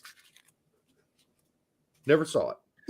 Oops. Oopsie. Hey, you know what? The Bournemouth's like, look, I got the confirmation page. It says you received it. That's not our problem. Sorry, somebody put it in the shredder, buddy. You get that confirmation page saying you sent to the right location. At that point, you've got all the legal discourse there. No, you can just say, listen, we had a temporary secretary. Doesn't matter. She didn't know what she was doing. Bournemouth would have the paper trail at that point. They could take it to the court. Say, look, we sent it on Friday. They received it on Friday. Not our problem. What happened at that point? No, that's not how the law works, buddy, because the other guys have to confirm, not just that your machine said you met the deadline. You met the deadline. Brett, it doesn't matter about the machine, okay? What the machine told you, the fax machine told you that it went through. You got to confirm by giving them a call and making sure they got it, right? Nope. And if that is how it works. It keeps saying right, but nope. That's how it works, Brett. Yes, legally, that is how it works. You got the it does not. If the deadline is 4 p.m. on Friday and you submit you submit the bid and it claims that it went through as of 3:49 p.m. Nope. You still met the time frame on your place on bid. Yes. No, you have to make a call. They're not sending it via fax. This isn't 1990, Derek. Oh, I bet it is by fax, Brett. I'm not even kidding you. Bullshit. I bet it's by fax. You want to bet? Nope. All right. I would love to bet, Derek. Derek, find me some documentation online that says that they sent a fax. I'm just going to tell you this. Up until just a few years ago, a lot of the teams were still sending paperwork through fax. And I'm not shitting you. They still do that in Europe. Actually, we still do it here for government. Like if you have a official government thing, you need to send to the Indianapolis, into Indiana, their actual whatever department you need to send it to. They require a fax still. It's fucking absurd. It's absurd. Who has a fucking fax machine? So you got to go fucking over to some public office and have them fax it to the main people in Indiana. It's crazy, dude. But I've seen. I'm just saying. In a court of law, if you go up there and say, "Hey, they claimed I had till 4 p.m. to send this fax," let's just assume it's a fax. I had till 4 p.m. to send this fax. This documentation, this says that it received the fax as of 3:49 p.m. I'm using random numbers here. Then that would lead them. That's giving them the legal backing on that sense that we turned it in on time. He's our player. Well, Leeds doesn't think so, Brett. No, I agree. They don't think so. Sure. So there you go. Yeah. Listening to a number of their fans, apparently something like this has happened recently. And I don't know the player because I don't follow Leeds because I give two shits. But it's not the first it's a deadline issue. It's not the first time that a team would receive an offer to trigger where the other team doesn't really want that to happen and ignores the fucking offer.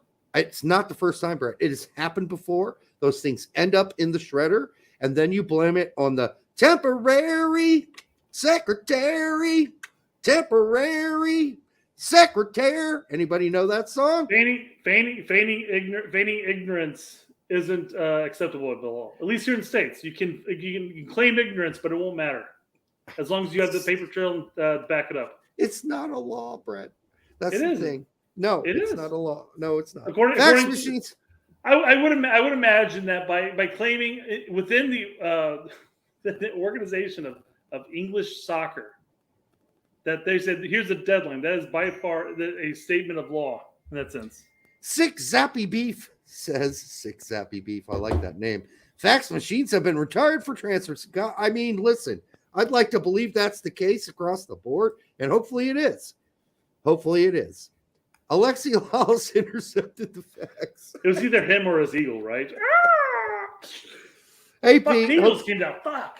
Hope you're well, my brother. I'm glad to see you back today. Sorry about the laryngitis, but, less of this. This is 100% accurate, right, Pete? I agree. Pete says, when I send Derek a text, he sends me a fax because Derek's a boomer.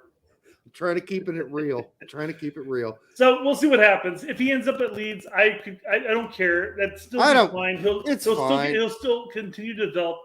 And you know what? Hopefully he helps Leeds move up to the Premier League next season. I don't know, dude. I don't know if that's possible based on what's happening at Leeds right now. Now, I don't disagree. I'm saying if he is with Leeds at this point and he's stuck there because of some technicality, because some secretary decided to shred it instead of send it over to whatever CEO. We don't need to go back. Let's not go back into that. I'm just saying. Regardless of that situation, if he's stuck at Leeds, and I'm hoping that he helps them get promoted, not relegated. He's probably stuck at Leeds, but he's stuck at Leeds without Harrison, without Roca, without Vober, without Nanto's there, without Aronson, without McKennie. Nanto's pushing the transfer right now, or he was. Well, he was, and now he's trying to be a good guy again. But Sinistera's now pushing for the transfer. Like, if they lose everybody and they're stuck with the fucking idiots they got, which are basically, I mean, for me, bottom level championship League One players at best, they're going to struggle. And it's going to be an ugly season. So they need to get Adams back, and they need to get him fit, and they need to get him healthy, despite the temporary secretary. Come on, somebody got to know what that is. Somebody's got to know that song. All right, Perfectly Fits. It basically was a song written by a world famous person when after the first time he heard Devo. He heard Devo and he said, I got to make a song like Devo. You remember Devo? He was the only person who said that. Whip it good. Burn, burn. Right? We are fucked. Help us. You guys are fucked. I'm sorry, dude. I mean, listen, I'm still watching my homeboy there. I'm watching all the shows because I am, unlike Brett, a real Leeds fan. If Adams is still there, I will watch any Leeds game that I'm able to watch. But I know how hard it is to watch fucking championship games here in the States, unless I want to It is a some bitch. cash. So any game that comes up on the ESPN Plus, I will absolutely watch, and I'll root for Leeds to win because I want to see Americans do well. And we talked about this last show about how it's weird how Americans root for American players and not necessarily for our club that they support. It's just how it is sometimes. Well, I still watching Connor, even though 29 wants to never 69. Connor, I'm just saying I'm still watching Connor because I like the show. I like his passion. That's what I like. So that's why I watch Connor. And I still watch the other guy too. Can't remember his name, but he's the guy with the beard. He looks Irish, but he's not. Anyhow, all right. So perfectly fits American soccer profile, which takes its cue from England, by the way. No player in the opening weekend of the Premier League made more sprints, 75. I mean, we're going to talk about sprints. We're talking about sprints. Practice. We're talking about practice. And covered more distance than Anthony Robinson. Hey, motherfucker, this ain't the fucking Olympics. It ain't the Olympics. I don't care. I'm glad he made lots of sprints if they amounted to something. Otherwise, I'm not really interested in the number of times he jogged or sprinted up and down the field. What kind of bullshit fucking stat is this? This is called jerking off with no lube. No lube at all. You're not getting anybody excited with this fucking information. Yet you are wasting our time on Twitter with it. Yeah. Fuck that.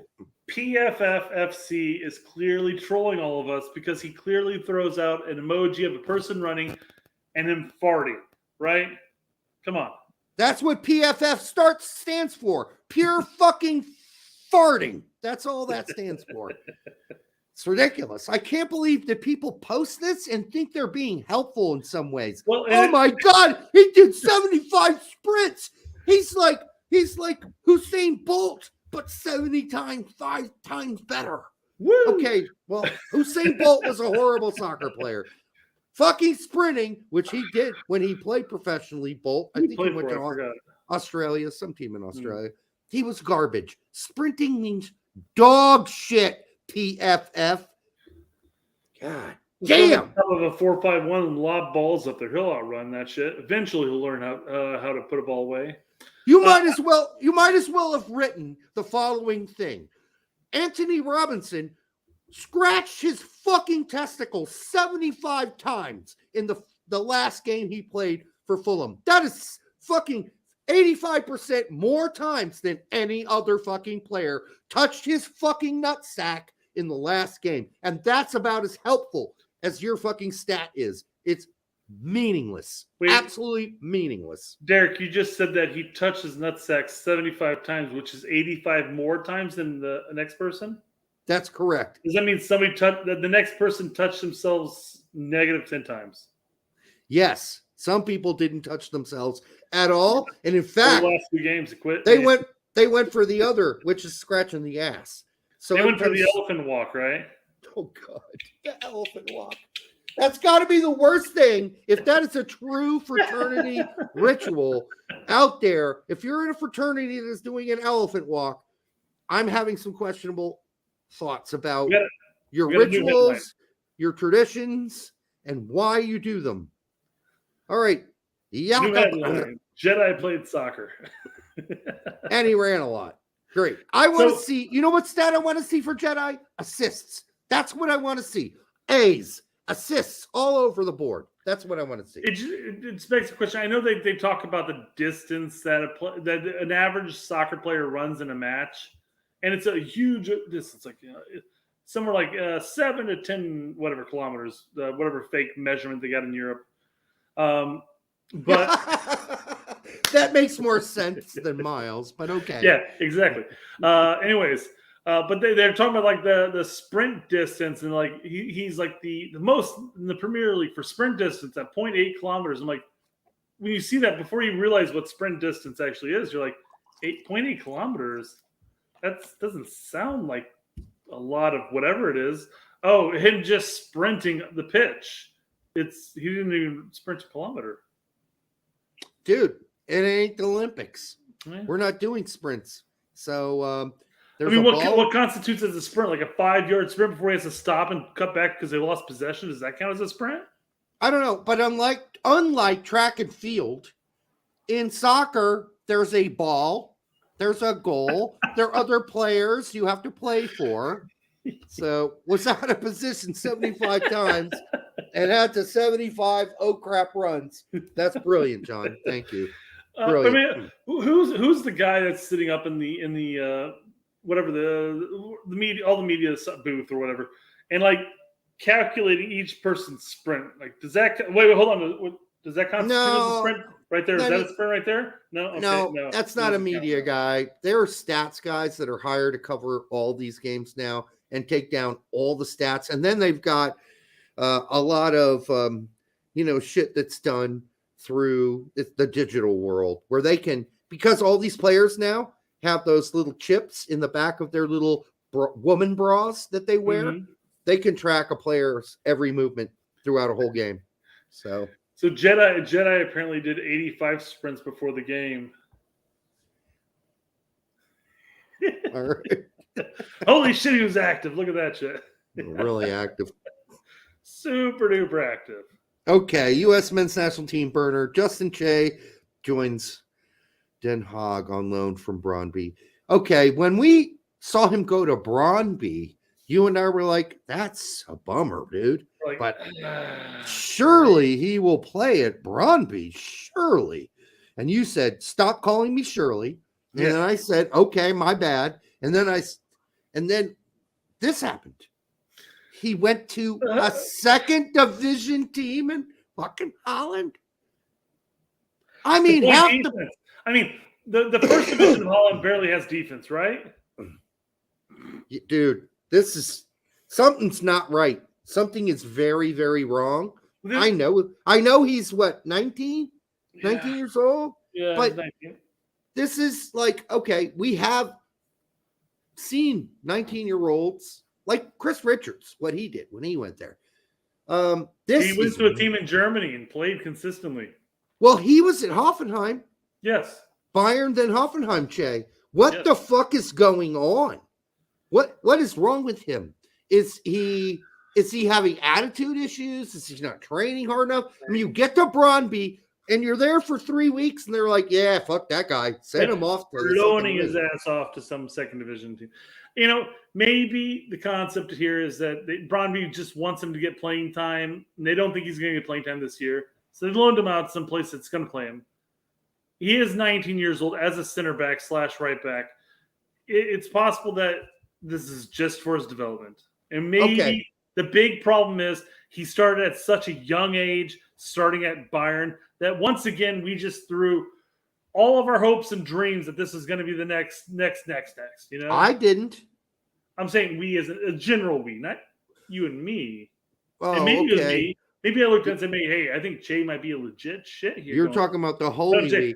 The holy we. Yeah. Okay, but Brett, when he moved to Germany and he said, hey, man, I'm open to the German national team. Did that throw a red flag out for you a little bit? A red flag that he was blinded enough to think that he might have possibly made the German national team? No. I mean, was he being sarcastic? Is he that fucking full of himself? Or was he kidding? I don't know. Bayern reserve team. I can play for Germany if I want. I mean, it seemed like a fucked up thing to say, number one, even if it was sort of in jest, and I don't know if it was. That's the tough part. I really don't. And if he's really that kind of guy, like there's a fine line between being confident and being overconfident, right? Yeah. Overconfident gets you in trouble real fast. Just ask Matthew Hoppe. All right. Derek, confident. Sorry. I didn't mean to cut you off there. Go ahead. I was just saying, but I just think this could be a problem, and I can't possibly be his physical abilities, physical attributes, and his technical abilities standard-wise looked really good at Bayern, and I'm kind of baffled by this. I really am. I'm starting to think maybe you are the turd, because before you even started the concept or the thought process that he talked about playing for the German national team, the turd posted this. Sources tell me that Thank you. tell me that Justin Jay is still considering playing for Germany, although they aren't even monitoring him. Yeah, well, they're not. I love the why fact that would the they? first sentence there, Derek, you went really Scottish. Yeah, I lost it there for a second. I wasn't expecting. I only expect the turd to come up at the beginning of the show, not in the middle of it. Yeah, I got to call back. David D though here says, I mean, they didn't even make it out of the group stage at the World Cup anymore. Who are we talking about? Germany. Oh, Germany. So maybe Chase stands a chance of making the squad because no, I don't. Stage, I right? really don't care how bad Germany is. I mean, I do care because obviously of my German mom. I grew up in Germany a good portion of my life in Germany. This is the worst German national team I have ever seen in my lifetime. Okay, but they needed Justin Che, is what you're saying, right? But they don't need Justin Che. Apparently, Justin Che is no better than a beer pub team in fucking Holland. I'm sorry. When you said beer plug, I thought you fucked up and meant to say butt plug. No, beer pub team. Because, all right, a lot of the players in the second division, I mean, it's a pro league. I get it. But the drop off from the first division in Holland to the second division is so fucking dramatic. It's startling because what you have is a lot of like, I think it's like Ajax 2 plays in the second division, Feyenoord, PSV 2. I mean, so you're basically playing youth teams and you're in the second division of Holland. Holland's not a gigantic country, as you well know. There aren't a whole lot of cities big as my hand, right? that are bigger than your hand. Yeah. Mm-hmm. There's some that are barely bigger than my penis. All right. What else we got here? It's the size of your hand, right? No, it's a little bigger than my hand. All right. I believe we saw this rumor before the window opens. U.S. men's national team fans weren't impressed with his Burrow performance, but Burrow fans were very pleased. He needs another season in the championship. I don't have an issue with it being Leicester.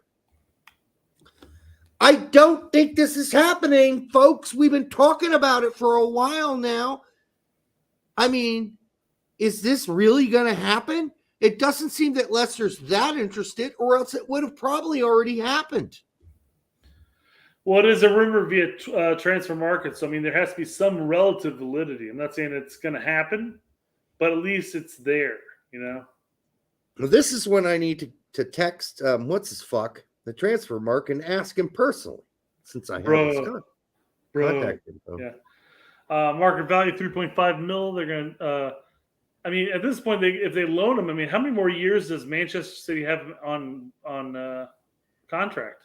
I don't know. Got to be coming up soon, right? Soon. He played there for at least 2 years. He played at Borough 1 year. This might be his last year for a loan in hopes for a transfer next season if it's a 5-year. And the funny thing is I always make fun of MLS contracts for their 5-year contracts. It's the 3+2. And like basically if you sign for MLS at that point, you're stuck there for 5 years more or less. Unless you can pony up some crazy transfer from a European team later on. But I mean, Veth, thank you, Manuel. Yes. I was on a show with him actually. And then after the show ended, we hung out for like almost an hour talking soccer. It was a lot of fun. He's a really good guy, nice guy. Derek, here, I can read between the lines, Derek. You did a lot of this right here. You mind? No. No, that's just at the end. Just yes, I know, right? Right before we got off. I mean, exactly right. All right. Zach Stephan, man, I don't know. I think that you both got off at the same time. That's the crazy part. It wasn't. It was me first. All right, Zach Stephan. I don't know where he's going, and I don't think it's back to the championship. It doesn't seem like anybody in the Bundesliga is that interested. So, I mean, here's another guy. Even worse than championship, right? He suffered back injuries. He was out for a huge chunk during his time. But, dude, he had a really hit and miss season with Burrow. And like, okay, if you're talking about like a central midfielder had a hit and miss season, you're like, oh, okay. But a goalie can't have a hit and miss season, right? Burrow fans were pleased. I mean, I guess they kind of ignored some gaffes. We've seen in a lot of the videos had to do with Stefan. Is a lot of them were like in the Twitter chats. I know this is an isolated group compared to the bulk of Burrow fans, but there were a number of the loud voices that were simply saying like, "Hey, I know you had your issues, but we would really love you back. We like you. You're a fan favorite. Blah blah blah, etc. etc." Yeah. Okay. No, listen, he made some gaffes last season. There's no doubt.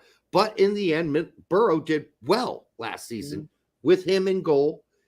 And wasn't because of him that they did well. But I could see why people would think favorably of him and want him back. That's fine, but it ain't going to happen, I don't think. I think Burrow looked at what happened last season. If you're the manager and you're like, yeah, I think we can do better than that. I don't know if they can. I don't know if Stefan's going to regain some confidence somewhere down the line, because that, again, and we've been talking about mental health issues with a lot of our players. Dest, Ferreira, Stefan's had them too. Like, not losing all confidence in yourself is not a great thing. I think if Stefan could find a consistent team with consistent playing time, and even if that's with Burrow, if he goes back to Burrow, I think his confidence will go up. Because even though he had some shaky moments with Burrow, he definitely had some good performances with Burrow as well. So I think if he can find some level of consistency and not just being a backup goalkeeper to one of the top teams of the English Premier League, that maybe he'll gain that confidence back. I mean, you can only hope, Brett, at this point. You could, yeah. I know. Because Can't that's predict all the future. You can only hope, right? That's all that's left at this point, because he's shown no inclination to, like, we always thought his ceiling was like maybe Tim Howard-esque, and it's nowhere near it. It's nowhere near it. Like, Turner's the closest thing we've got to getting to somewhere near Howard, right? Yeah, sure. No, I agree with that. And it's one thing with Zach compared to with like I'm just spacing the Howard. Thank you, Howard. Howard, yeah. I don't know why he spaced. He literally said it 10 seconds ago. But I mean, Howard obviously went to a team equivalent to Man City at the time with Man United. He played there for a year, roughly speaking, right? Oh, did he have a rough? He had a rough season though. He had a rough time. He ended up going to Everton, and he found a home. He found a home. Yes, forever. he found a home eventually. But the big difference there is that he found playing time while at Man U. Because he was obviously more exceptional. And by the way, his loan was to a Premier League team. They are, like, it's weird that Stefan couldn't find a single Premier League team, even a newly promoted one that's like, yeah, I think that guy's probably better than our first keeper, our first guy that we got. We got the Latvia main goalkeeper here, but I feel like second and Man City might be a little bit better. Right? I mean, you would think, but he's just obviously, to the people who have been scouting him and watching the film, he's got his issues. He's got his faults. He's got a lack of confidence in some cases too. Mm-hmm. I think he's damaged goods, and I really don't see him ever playing in the Premier League ever. I think he's done. And you could see that even with the national team, he definitely has his whoopsies there too. The issues that are occurring at the club level are occurring at the national team level. If he doesn't manage to secure a loan option that's going to find him playing time, he might as well just fall off the wayside at this point. And we might as well start looking at Turner. We might as well start going into Slonina, because at least Slonina is fucking playing right now, right? Yeah, he got burned though. That was a bad first game, but remember, it wasn't. Those goals weren't his fault. Yeah. All those goals. It wasn't like he fucked up a play or anything like that. Maybe I mean, he's playing for Eupen or Eupen, depending on what part of Belgium you're in. Yeah, but at least he's playing. He's going to see a lot of fucking action. That's the positive here, and he's not tied to the team. So after this year, he's back to Chelsea after a season of just getting reamed, and not because, I mean, hopefully most of the goals that occur aren't his fault, and most of them are just the team, the back line, all fucking up. They're a shitty team. They definitely look bad. Mind you, it was against Bruges, right? It was against was it Bruges? I think it was Bruges, a Otasawi-less Yeah. Bruges. That's any game. That's every game, Derek. It is. But yeah, so we'll see what Another happens player throughout with Hopefully- serious mental health issues, by the way. hopefully throughout the season, Slovenia keeps the team in more games than against the top team in the league. Let's put it that way. Yeah. So, Yeah. All right. next one. Moving on Next from Zach. This is the non-American one, but it affects American. Rashica is finally gone. Thank God. Permanently, they sold him To Besiktas. Good. for an undisclosed fee. And I said, God, I hope Norwich didn't pay Besiktas. Hopefully, can't- Norwich didn't pay them too much for Rashica. I cannot believe anybody ever thought that guy was anything but the most selfish prick who ever kicked a soccer ball. He is the most selfish player that No. ever played soccer I ever way. watched at Werder Bremen. And then when he went to Norwich, we said it before the season started. I said, this is a guy that I wish didn't come with fucking Sergeant. I'll even go out on a fucking limb and say if Rashica wasn't there for Norwich, they may have They would have been a better. chance of being promoted, not being relegated. Let me rephrase this. Not being relegated. I mean, He they is probably still such would a have been bad relegated. player. But at the very minimum, you would have had a non-selfish player laying the ball in to Pookie and Sargent nonstop rather than trying to do all the wonder shit that he fucking does. Thank God he's gone. What a horrible player. Good luck to speak this. I'm curious to think. I'm curious what. Let's click on this. Let's see if Norwich fans. I have no idea what they really think of the player. Right? He was brought in and expected to do great things. All right. Let's see. Thank you. We have a thank you for getting rid of him. Sales based on money, received, transfer, etc., etc. I'm guessing we got paid about $1 million to take. Probably not a bad player, but someone who I felt is emblematic. Okay. I mean, I feel like a lot of people are in the same boat with us saying, thank God he's gone, XYZ, reasons why, you know? Yeah, dude. Oh, we have a L here. Yeah. Kingdom, this person right here, right? Another Weber L. Zebedee Yeah. said basically saying like, hey, you fuckers are taking an L on this one because he's done so many good things, right? It's another admin L. Yeah, basically. Seriously. All right, good. He's gone. Fuck him. Cheers for the one goal, mate. Yep. Next. Fuck Fuck That's all the him. transfer news, Derek. I know we went through like all of the Real players. topic. We got 10 minutes to fucking do the real topic.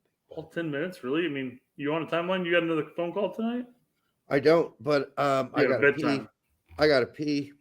Derek, run to the restroom because I guarantee this is not going to take 10 minutes. Go. It's going to take 10 minutes. Here we go. All right. You are a dangerous person. You're playing with your bladder right now, Derek. All right. I'll be back. Yes, thank you. I'm glad But you are. start it. Go ahead and start it. All right. So, guys, the topic of tonight, top 5 U.S. managers right now. Well, Derek and I have constructed a list of, say, about 10 managers.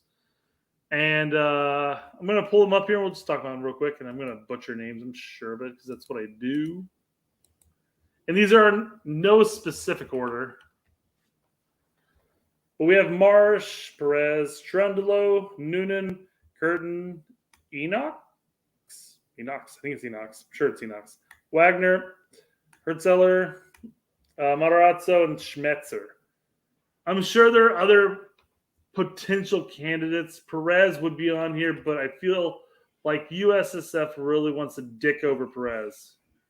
Right, Derek? Wait for him. He's coming up right now. I think he was peeing into a jar when he claimed he had to go pee. But he's walking up right now. He's putting his dick back in his pants. And he's back. Yes. So, Derek, we right. did include Perez. I said Perez. Sorry, guys. Okay, never mind. I was going to say we were not going to include Perez because USSF wants to dick him over, but we did include him. We did include him. We includes them. We're difficult, okay? Right. So we're going to put these in order, right? Well, I figured we'd talk about the coaches first, and then we'll do a list later. Can we rate them here? As we 10? do it? Like a 10 through 1? Well, I mean, I can move them around. I can move. I can grab grab Marsh and say, "Oh, Marsh, you're below Trundle." Okay, let's do it that way. And then all of a sudden, Perez is number 1 because he's at the top of the list. But I'm saying before we start, like, let's talk about Perez. And he's gonna be the 7th person for us, and I gotta move down. Let's talk about all the coaches, and then we'll do our list. No. Here's what we do: we talk about Perez, right? Okay. And then we decide after we discuss him. We say, okay, is he better than Marsh? Yes. Is he better than Noonan? Yes. So we leave him up there. Oh, is he better than Trello? No. We drop him below Trello or something like that. Wouldn't it be easier to say talk about the coaches first, and then at the very end go, hey, here we're starting with Perez. Is he better than Marsh, better than Noonan, better than Trundle, etc. At that point? No, after we talk about him, we'll do that. We got to talk about him first. Hugo Perez. We'll figure it out, Brett. Are you listening to? Do you have your headphones on, Derek? Yes. I said, why don't we talk about the coaches first, and then we go and say, hey, is Perez higher than Marsh? Yes. Okay, we're gonna keep him up here. Is Marsh better than Noonan, etc. Go from there. We're saying the same thing. Well, we're not going to say, let's talk about Perez. He did this, and this. Is he better than Marsh? Is he better than Noonan? Is he better than Trundle? We're not going to do it like that. Okay, we'll just do it. All right, you ready? Sure, why not? Fuck it. I feel like we're talking past each other at this point. All right, Hugo Perez. Really, he's on here because of all the work he had done prior with El Salvador. El Salvador sort of fell off a cliff in the last tournament, right? I don't know if that's all over because of Hugo Perez, but there were a lot of people saying, hey, this is the guy that needs to be considered going forward. He's one of the best managers. Now, some people are going to say, this guy can't even manage a fucking MLS team, won't even hire this dude. Well, that's fucking sad and pathetic, honestly. Well, I mean, I guess that begs the question, how much is El Salvador paying him?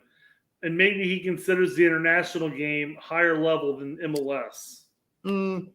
No, the real sad truth of the matter is he couldn't get even an MLS fucking interview.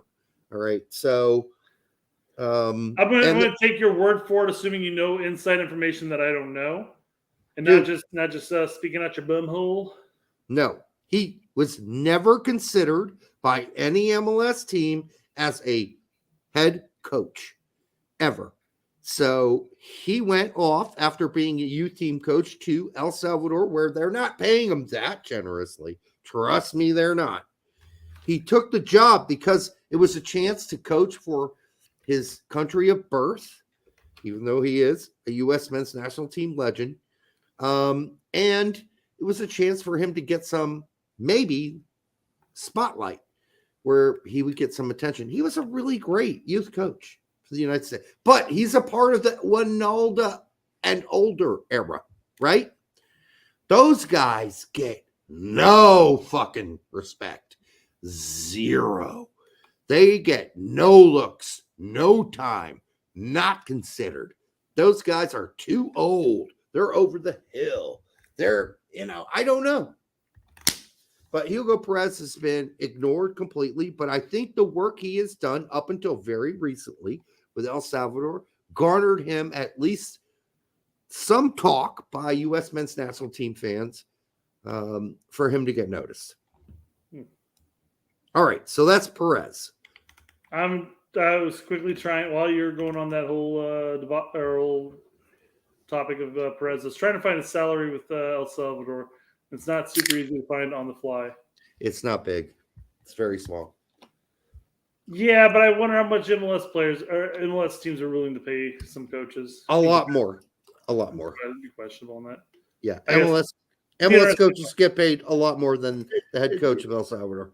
It'd be interesting to find. Well, find it, but I'm saying giving you interesting. I'm not disagreeing with you, Derek. I'm just saying it'd be interesting to find. That's like what I used to tell my bandmates when they came to me with a song and it was horrible. I'd say, yeah, that's really interesting. That meant, and they figured it out after a while. They're like, that means Derek doesn't like it. Yeah, that's interesting. All right. I don't know. Let's do Marsh. Let's do Marsh. You do Marsh. I mean, I'm not going to do Marsh. Just like the elephant walk, I'm not going to do Marsh. Come on. Well, Jesse Marsh did really well with New York, did really well at Salzburg. Then he went to Leeds and kind of got. No, he went to Leipzig. Now you're a fraud, Derek. Now you're. Oh, he went to Leipzig. You don't even remember that he went to Leipzig before he went to Leeds. Come on. Oh yeah, that lasted what? 11 games. 11 games. 3 months. Something like that. Yeah. It was pathetic. The team was not ready to buy in to him from the get-go. He's asking us to run a lot. I don't like that. The administration was like, hey, can you just do what the guy before you did? Because that was really good. And Jesse's like, well, I came here, I thought, to play Red Bull ball, and you want me to go do what the guy before me did. And I didn't think that's what you wanted me to do. But they're like, no, what that guy did before you, that was pretty good. Can we get back to that? Because I think that works better. And Jesse just said, well, I'm not the right man for the job. That's what he said. He claimed to have happened. And he resigned. And so off to Leeds he went. Great. Kept Leeds up for a season. Shockingly, I thought for sure they were going down. And then the next season, started rough, lots of injuries, lots of players out, lots of players didn't play. Started the season with a bang, kind of, right? And then it just fucking fizzled out. But as far as who's the better coach, I'm still going to put Marsh over Perez, but not by a lot, unless you disagree. No, I mean, if I had the choice between the two, I'd still probably pick Marsh. For the national team, though, I'd almost pick Perez. I'm just saying who's a better coach. Because I think. Are we talking national team, or are we just talking better club coach? Because a better club coach. The whole topic was top 10 U.S. men's national team coaches. All right, then it's then it's Perez over Marsh. Because here's why, Brett. Perez is flexible. Perez takes whatever he's got and he sets up the best team and the best formation for what he's got. Marsh is a goddamn dogmatist. He plays one style. We've never seen him try to play another style. We've never seen him deviate from his dogmatic behavior.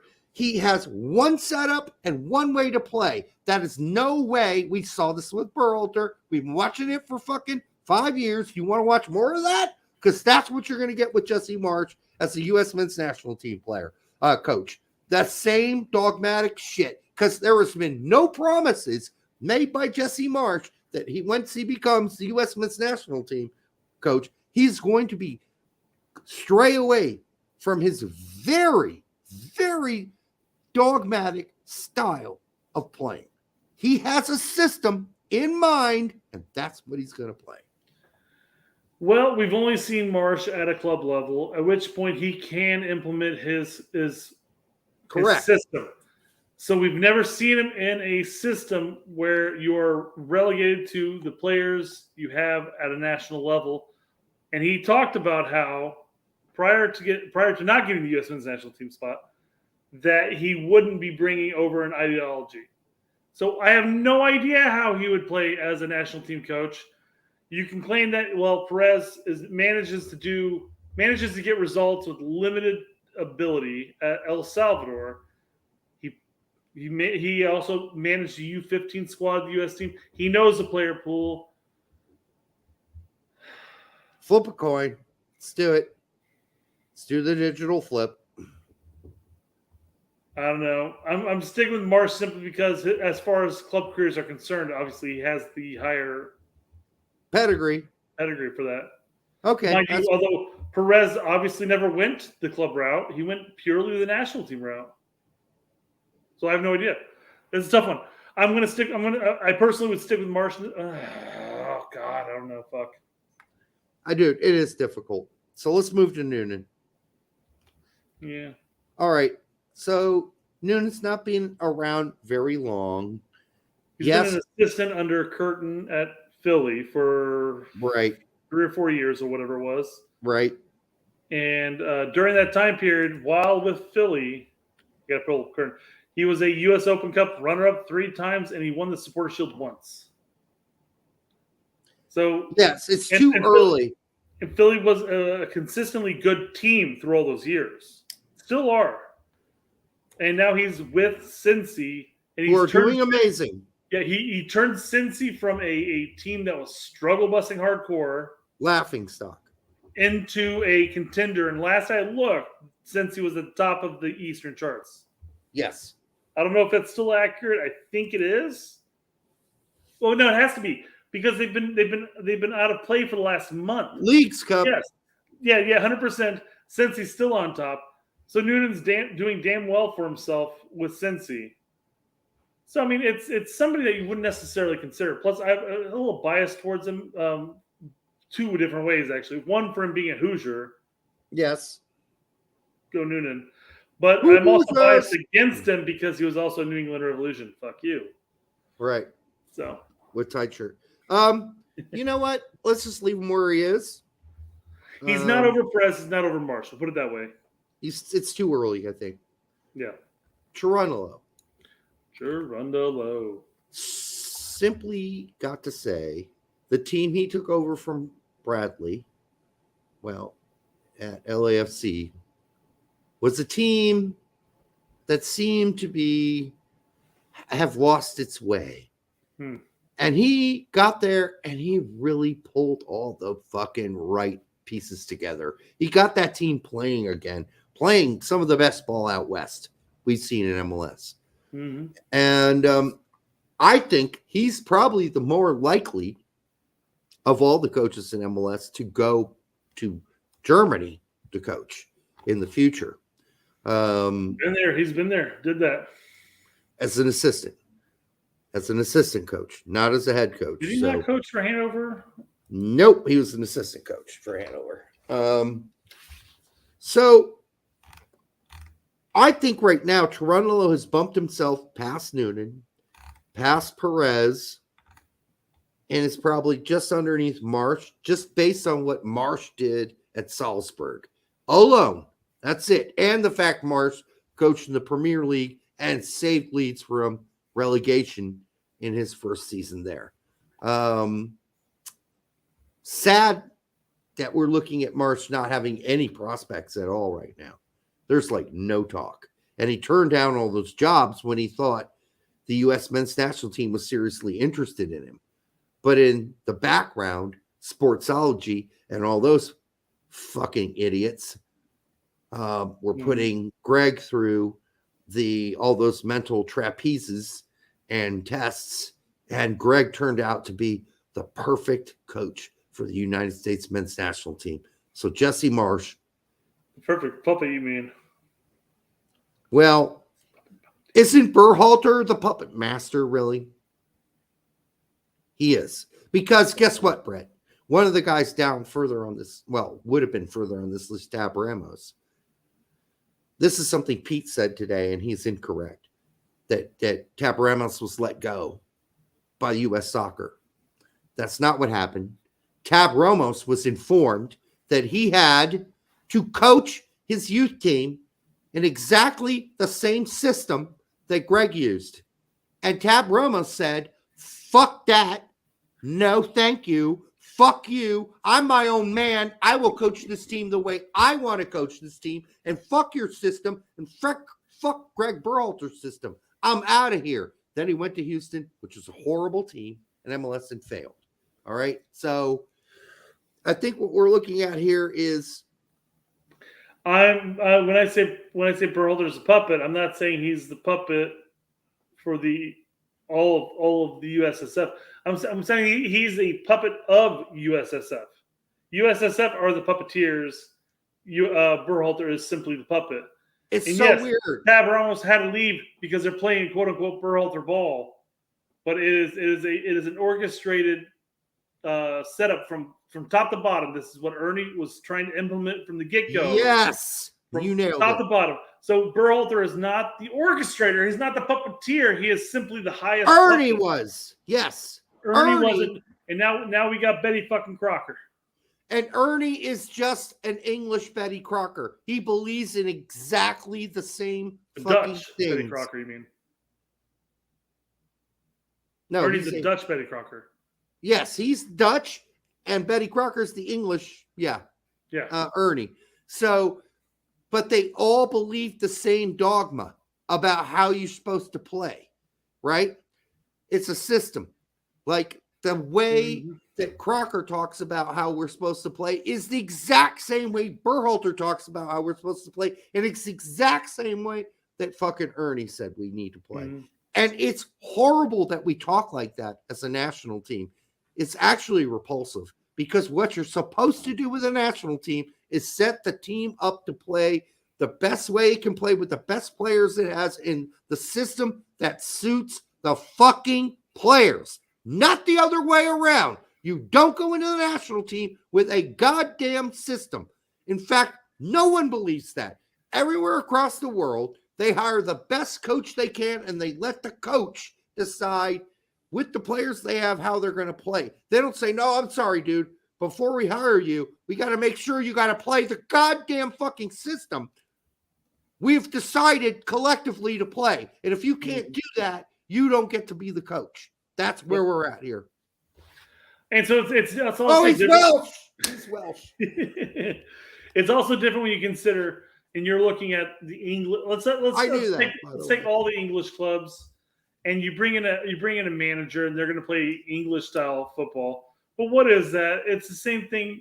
And there are certain clubs that are going to be different. There's no such thing as an English style football anymore. But I'm just saying you have a style that's probably brought up through the works across the board, whereas the United States is different.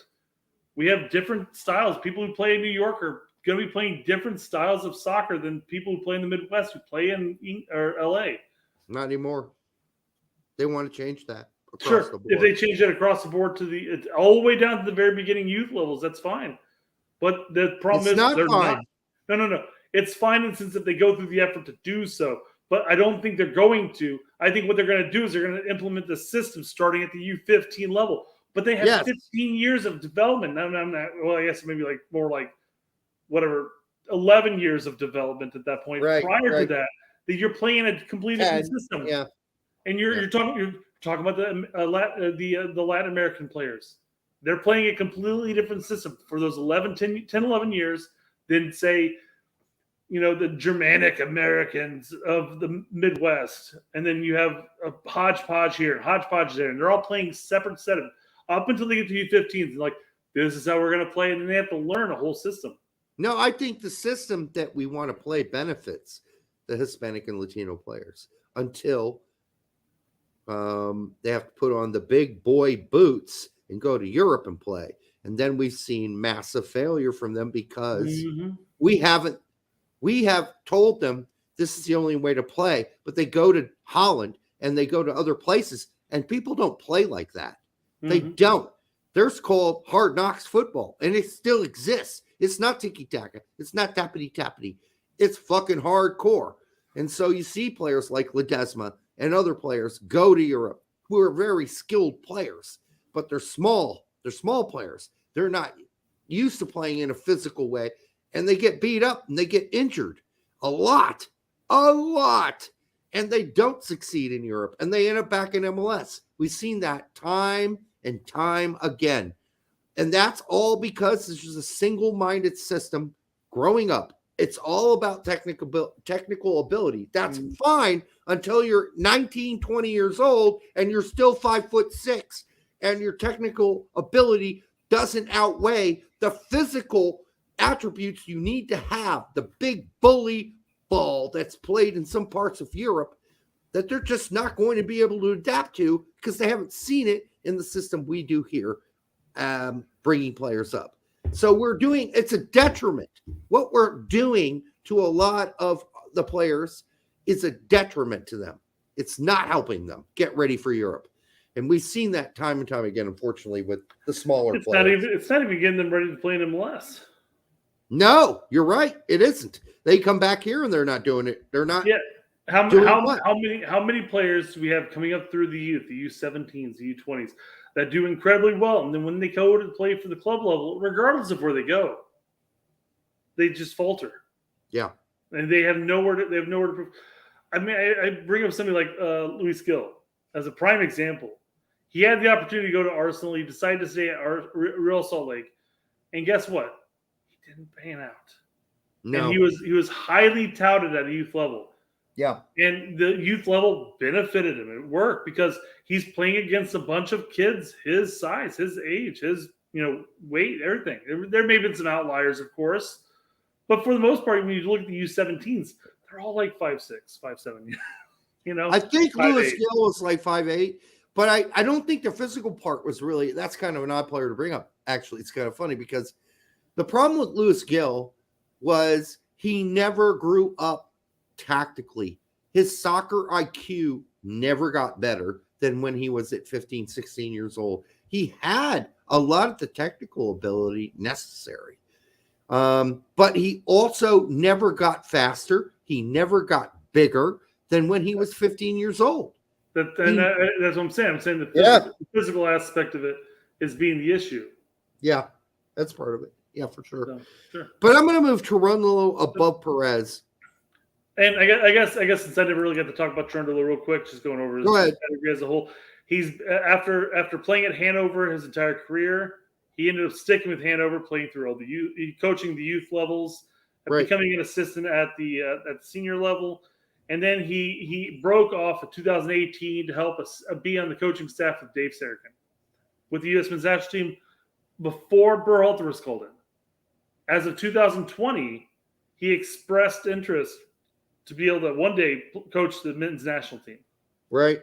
And then by 2022, he signed for LAFC. So there was an obvious move there that maybe even he thought in order for him to be considered a U.S. men's national team candidate, he's got to be coaching in MLS. I feel like that's a thing. And while in MLS, he was a Supporter Shield winner, he was an MLS Cup winner, and he was a Champions League runner-up. Well, he had to go to USL to get a job. Yeah. What? Yeah. What is it? Las Vegas Lights? Oh, yeah, he did. So he did that between 2022. Yeah, I feel like he just sort of did that as a placeholder until he officially got the job at LAFC. Yeah. No, I mean he had to get a job somewhere when he came back over here because he wasn't going to get a job within the U.S. soccer system at all. So another guy that's not part of the self-grooming, self-congratulating fucking clique that is U.S. soccer. So there you go. He was in that time period of the people you're talking about, though. But I mean, I guess he spent all this time in Europe, and he never really developed those connections by being in MLS or something like that. Yeah, he's not a Berhalter buddy or anything like that. Let's move him up past Perez. All right, Noonan. We did Curtin. Goddamn, really great MLS manager. He's definitely got Philly to be a contender every year. However, his failure is that he hasn't really won anything. Yeah, right. He's been a runner-up in U.S. Open Cup 3 times, and he's won a Supporter Shield once. But he hasn't actually won He hasn't won the MLS Cup yet, has he? But his teams are consistent. They play well. They look pretty decent every year, season after season. Their youth system, while the youth don't get to play that much, he still did Brendan Aronson, right? He gave Paxson some time. He's given who's the McGlynn? He's given him some playing time. Sometime, yeah. Craig didn't get really much playing time, but he did get loaned out, which has proven not to be fruitful. I mean, they've also been out of commission for a month, so I guess I really can't say much here. I mean, based on the teams and the money they've spent compared to some of the teams that have spent outrageous amounts of money, Philadelphia is a really fucking solid squad year after year under Curtin. And I would move him above Noonan and Perez in consideration. And I guess moving him above Perez is really, are we taking into consideration the USSF bias? Yes.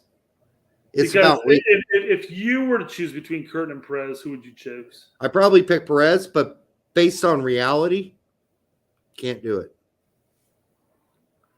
Yeah. Perez, Yeah. Perez, much like Jerome Delo, has interest in coaching U.S. men's national team at some point. Whether or not they'll get the spot, we'll see. Yeah. Joe Enox. Probably most people never heard of There are a number of people on here going, who the fuck is that? Joe Enox. Who's Enox? There's another one. Hold on, let me find it. Where did it go? Oh, BMR said it. I have no idea who Enox is. Enox has been coaching in German Bundesligas, mostly Bundesliga 3, for years. Years and years. He's had successes. He's had failures. He's now coaching Young Regensburg. Mm-hmm. He went over there and played lower league ball as an American, and just hung around.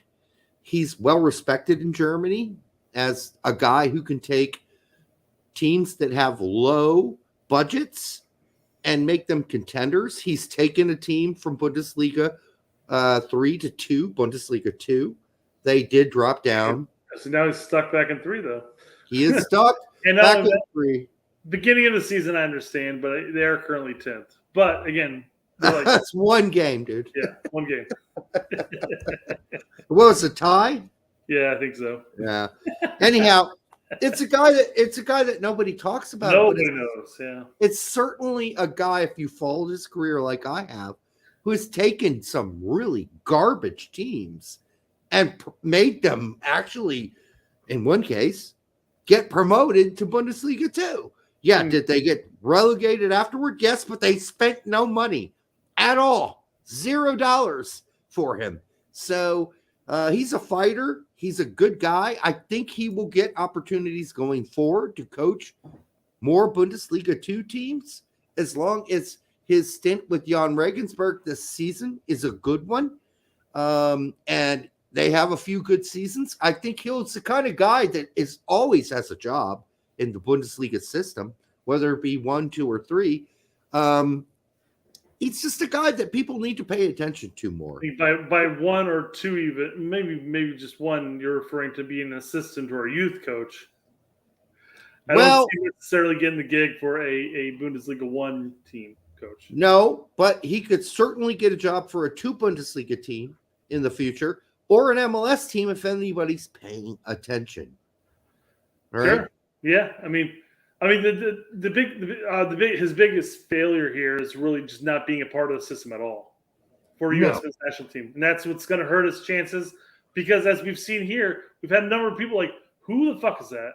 I didn't know who he was until you brought him up like a couple weeks back. You're like, "Oh my god, he's on this team now." Like, I have no idea who the fuck you're talking about. But I've been talking about Brett. But I've been talking about him for about 2 years now. So yeah, but it's not enough to where you're like emphasizing. It's not like you're talking about like a player that's playing in Syria, and we talk about it a bunch. You know, it's Joe Enox has currently won this match here in this game. It's the Yank report. Yeah, that's what I'm saying. It's one of those throwaways, like, oh yeah, and Sebastian Soto got 2 minutes at Klagenfurt. Klagenfurt. It's pretty close. Yeah. But it's something you may bring up, but unless people are paying attention, they're not going to remember. Right. David Wagner. Hold on. Enox staying. I think Enox is in the perfect position right now, staying behind Noonan. He's at the bottom of my list. Oh, yeah. As of right now, yes. Yeah. Wagner. Wow. This guy's had a rough road, right?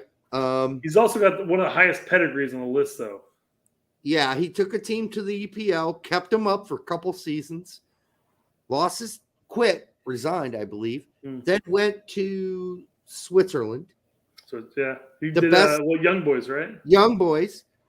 They still can't because they're like in second or whatever, right? At the time, I think they were hovering around first, like barely holding on to first or something like that. Got shit canned, went to Schalke. That was a fucking shit show, right? Then hasn't had a job since. Now he's at Norwich. Norwich. Yeah, you say like you're Scottish, right? I would hate to be criticized by any English person out there who apparently doesn't want me to pronounce the W in that stupid city's name. Okay, then get rid of the fucking W and just make it Norwich. All right? Just eradicate the W out of the town's name. Otherwise, what's the point of it being there? All right, so we'll see how he does this season. I don't think he's on the map at anyone at US Soccer, but I think he is above Enoch's. Yes.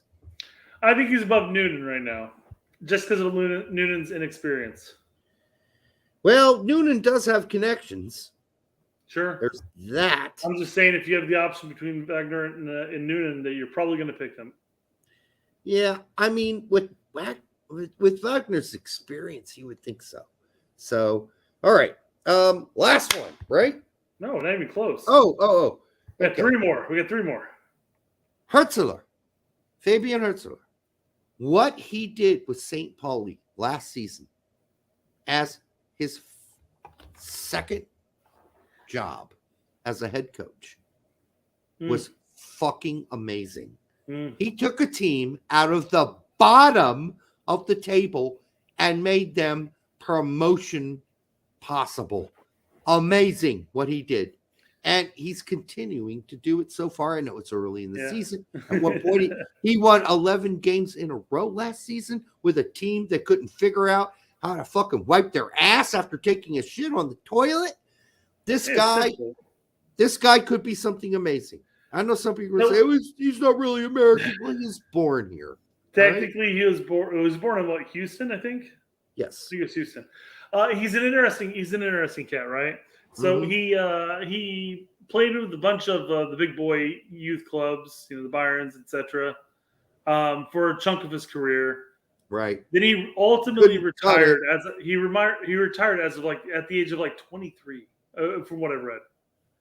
And then he was 27.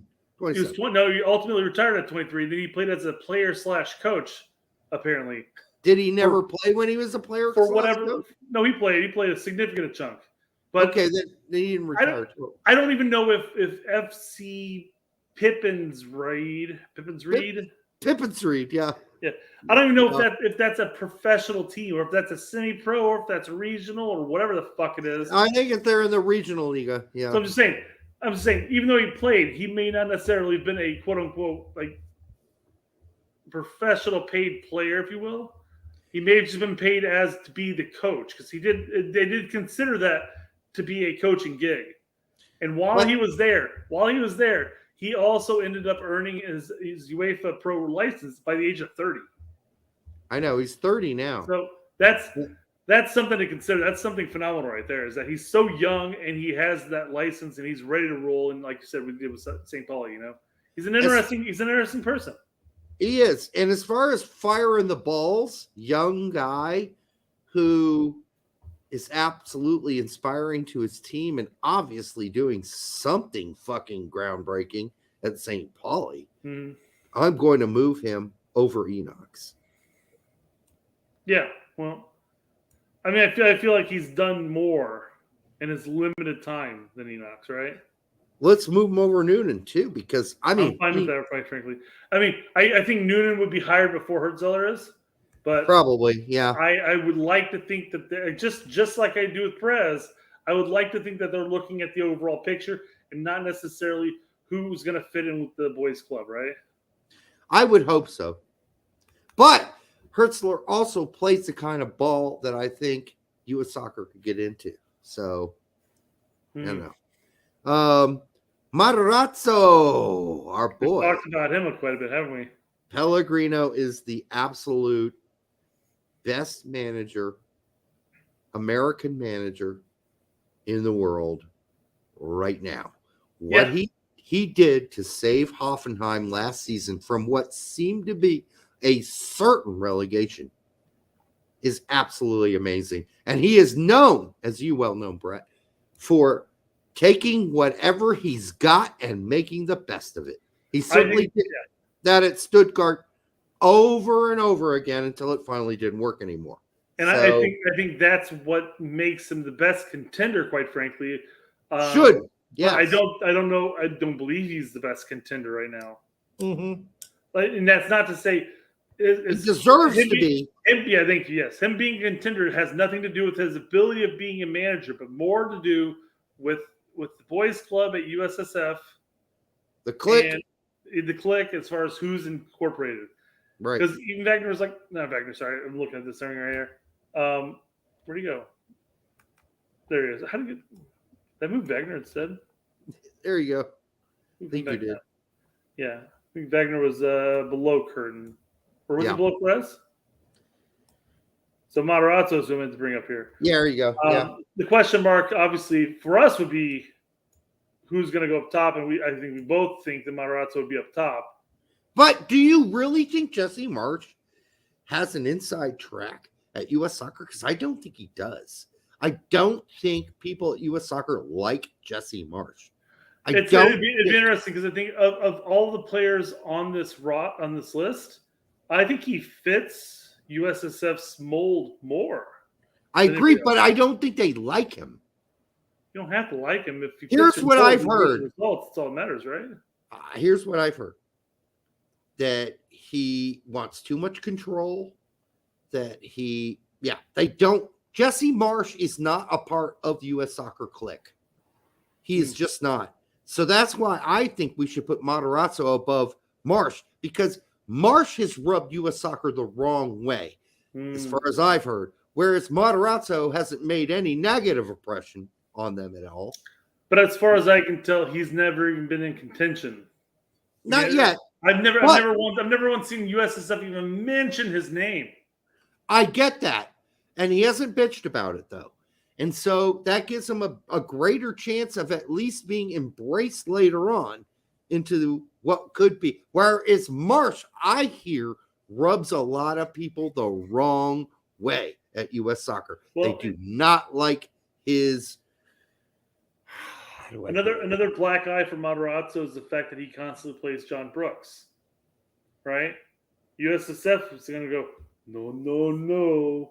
Maybe. I don't think they're going to hold that against him. I think they might.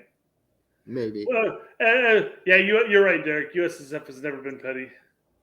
No, they might, but I would put Matarazzo above Marsh.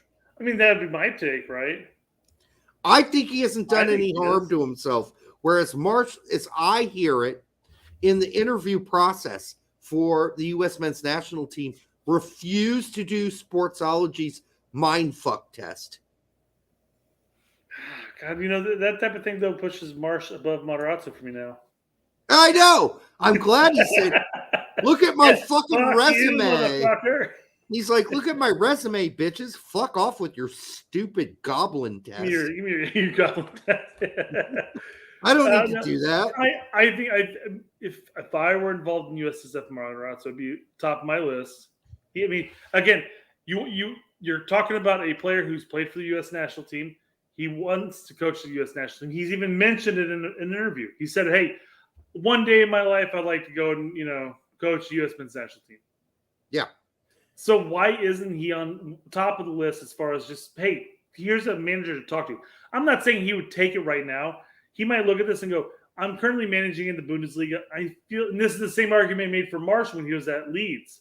Like, why would he take the U.S. men's national team gig when he's currently in the Premier League, Yeah. I mean, in for reality's basis, we're looking at after the next World Cup. This Correct, is really, yes. Yeah. So we got one more. Yeah, Schmetzer. Yeah, I don't think Schmetzer has a fucking chance in hell at 3 years from now being the U.S. men's national team coach. Well, he's got to be above Enox. He's got to be above Noonan. I don't know. I don't know. He's accomplished more in MLS than Noonan has so far. I agree. What he's accomplished so far. I'm not disagreeing with you about that. I am saying that Schmetzer has never been on the U.S. soccer radar. Ever. Like, lots of people don't consider Schmetzer at U.S. soccer as the kind of guy that they want to hire to play the kind of soccer they want to play. Well, I've even got to tell you, because this is specific to U.S. men's national team coaches, U.S. managers. I even had to go on there just to verify he was a U.S. manager. So, yeah, just to see if he'd fit the role, because we talked about him before. And I'm not saying that there can't be a foreign coach that can coach U.S. men's national team, but that's kind of the opposite of what we've been trying to address in this topic, right? Right. We're talking about U.S. managers and where they fall in line. I put him above Enoch's for sure. Given, and I'm going to take myself, and this is the one person so far that I've really done this with, I guess, take myself away from the U.S. men's national team standpoint, like USSF and everything, and look at what he's accomplished. He's accomplished more than Noonan has. Oh, for sure. Now, I guess you got to ask whether or not success in MLS is better than what Hürzeler or Perez has accomplished. It is, but he is such an outsider. Schmetzer is like the biggest out of all of these dudes, some of who have no contact with U.S. soccer, is almost better than having some and being absolutely rejected based on the way you play. And then he has had numerous conflict with U.S. soccer about players they have called up. They wanted, what's his face, the midfielder kid. And he's like, no, you're not getting him. That was an argument. What club are you talking about? It's Seattle? U20s. Yes. Seattle? Vargas? Yes. And so there was a debate there. There have been other... You might as well say fuck ATL and fuck Chicago at that point too, because we've all done that same thing. Yeah. Not saying that Klopas has any chance to become a U.S. men's national team. I was just saying, right? If you're going to take into consideration that, well, he spurned the U.S. U20 call up, well, then there are a number of coaches that have fucked over U.S. U20s, right? Yeah. So. Hefe asks, who actually decides what kind of soccer we should play? If you mean system, the system that we use, that was Ernie in concert with Berhalter.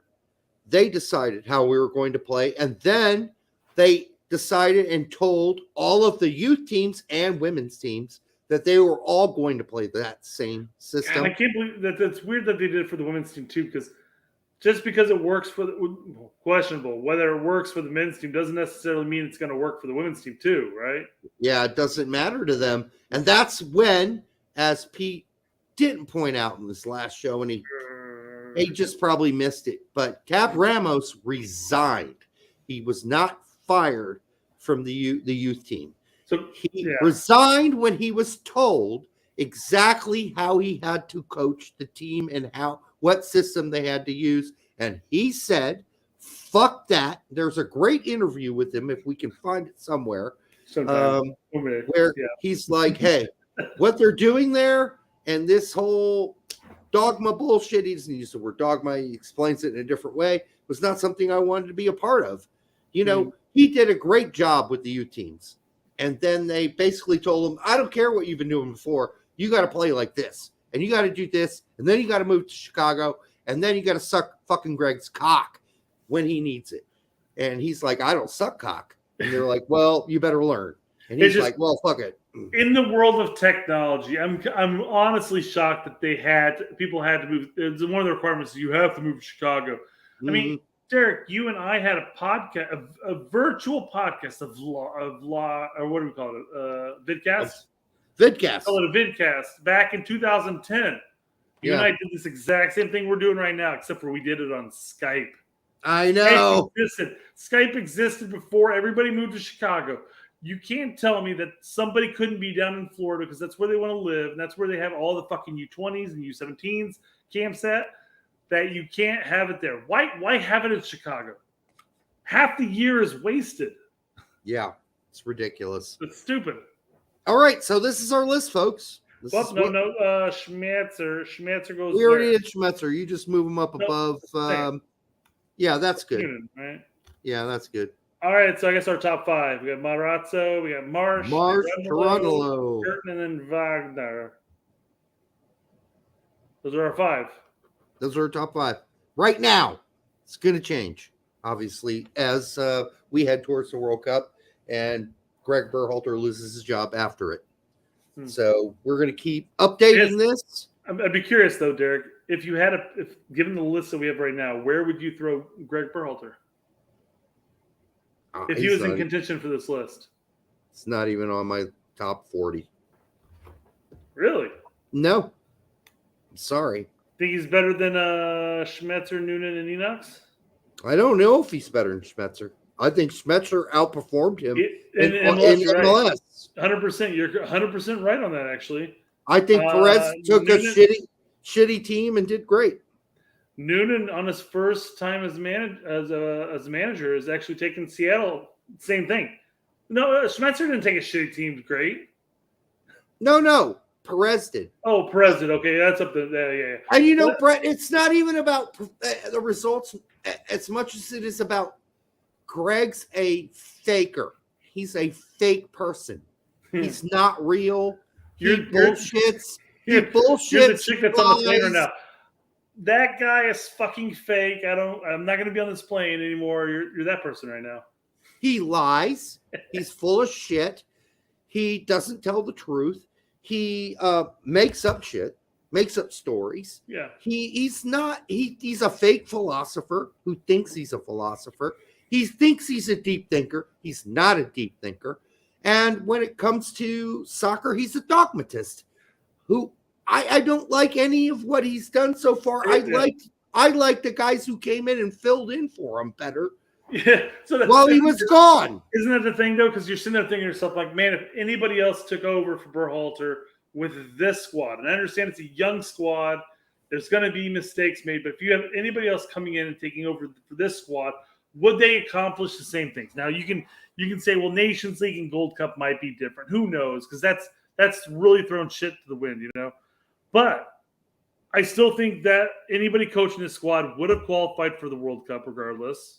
We had young, talented players who are going to perform in the end. But, I mean, the big question is whether or not Berhalter is, in fact, a better manager. I guess in comparison, looking at these coaches and stuff, Schmetzer has a better tenure with Seattle. And I know he's been there since like 2002, of course. But better than Berhalter did with Columbus. Exactly that. Hell, again, Noonan's first year with Seattle is significantly better right now because he's on top of the fucking charts. Yeah. Seattle's firing at all cylinders. Now, mind you, if Seattle got rid of Vasquez whenever whatever team came knocking for him, I forgot already because they denied it. Why would I care about who they denied? But if they had traded Vasquez, who knows what would have happened? But they're on top of the charts right now. So yeah. So I'm just not a Berhalter fan. That's not surprising to anybody that watches this show. And I mean, if he shocks me, surprises me going forward, great. I have no confidence that that's what will happen. So, okay. So this was the show. We are done. We're wrapping it up. Only 2 hours and 45 minutes in, Derek. Can we go for 3 hours? No. Okay. We cannot. I do want to ask everybody as we close out the night, and make sure you like.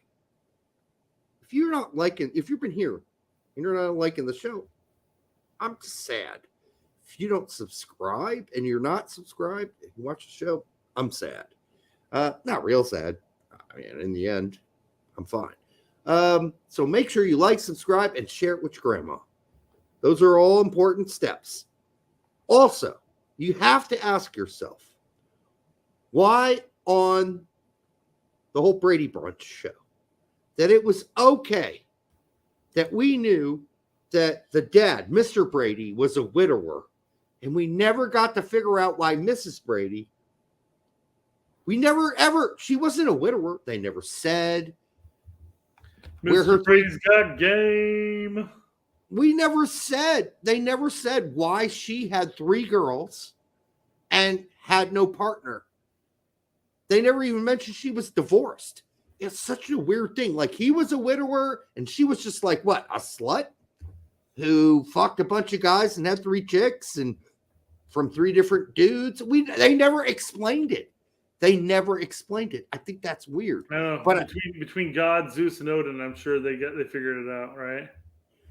But either way, Brett, it's totally cool that all 3 of the boys would have hooked up with all 3 of the girls. It would have been completely legal. It would have been completely above the plane. And I think that's what we need to wrestle with here. Right? Well, I feel like with at least the 2 older groups, 2 older boys, 2 older girls, when they got into the whole step situation and everything like that, they're already older, they're already teens and everything like that. But you talk about the younger ones, at that point they're still so young that by the time they get up to that point, they're like so fucking annoyed with each other. Like, get the fuck away from me. My first girlfriend was in the 3rd grade, Brett. So you're telling me, and all I'm going to criticize the show for. Let's see where this goes. Yeah. There was no sexual tension between any of the boys and girls in that show for all the episodes they did. There's no show where Greg's like, man, Jan's kind of hot. That seems weird to me. Seems weird. Derek, I would say be a little more careful when you talk about your 3rd grade girlfriend and immediately jump into sexual tension. Well, yeah, but I was talking about Jan and Greg were the older ones, right? Yeah. That's what I was saying. That's what I was saying before. And you're like, well, my first girlfriend was in 3rd grade, Brett. Like, okay, that's great. Holly Peterson. You guys go and see a movie together or something like that? And that was it? Hold hands? No, we used to hang out at the creek and try to catch crawdads together. Sounds like a winner. You got a tomboy there. Nice. It's like fucking Huckleberry Finn and shit. All right. Until the next time on the Straight Red Card. Yeah. Don't be worried about your Jan and Greg fantasies. They're absolutely okay. Good night. But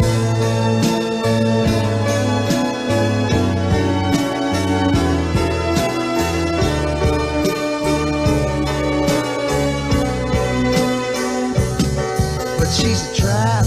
She's an unsung novel. Turn a lap and get your whole world dazzled on a line. Or a phone call with or without wine.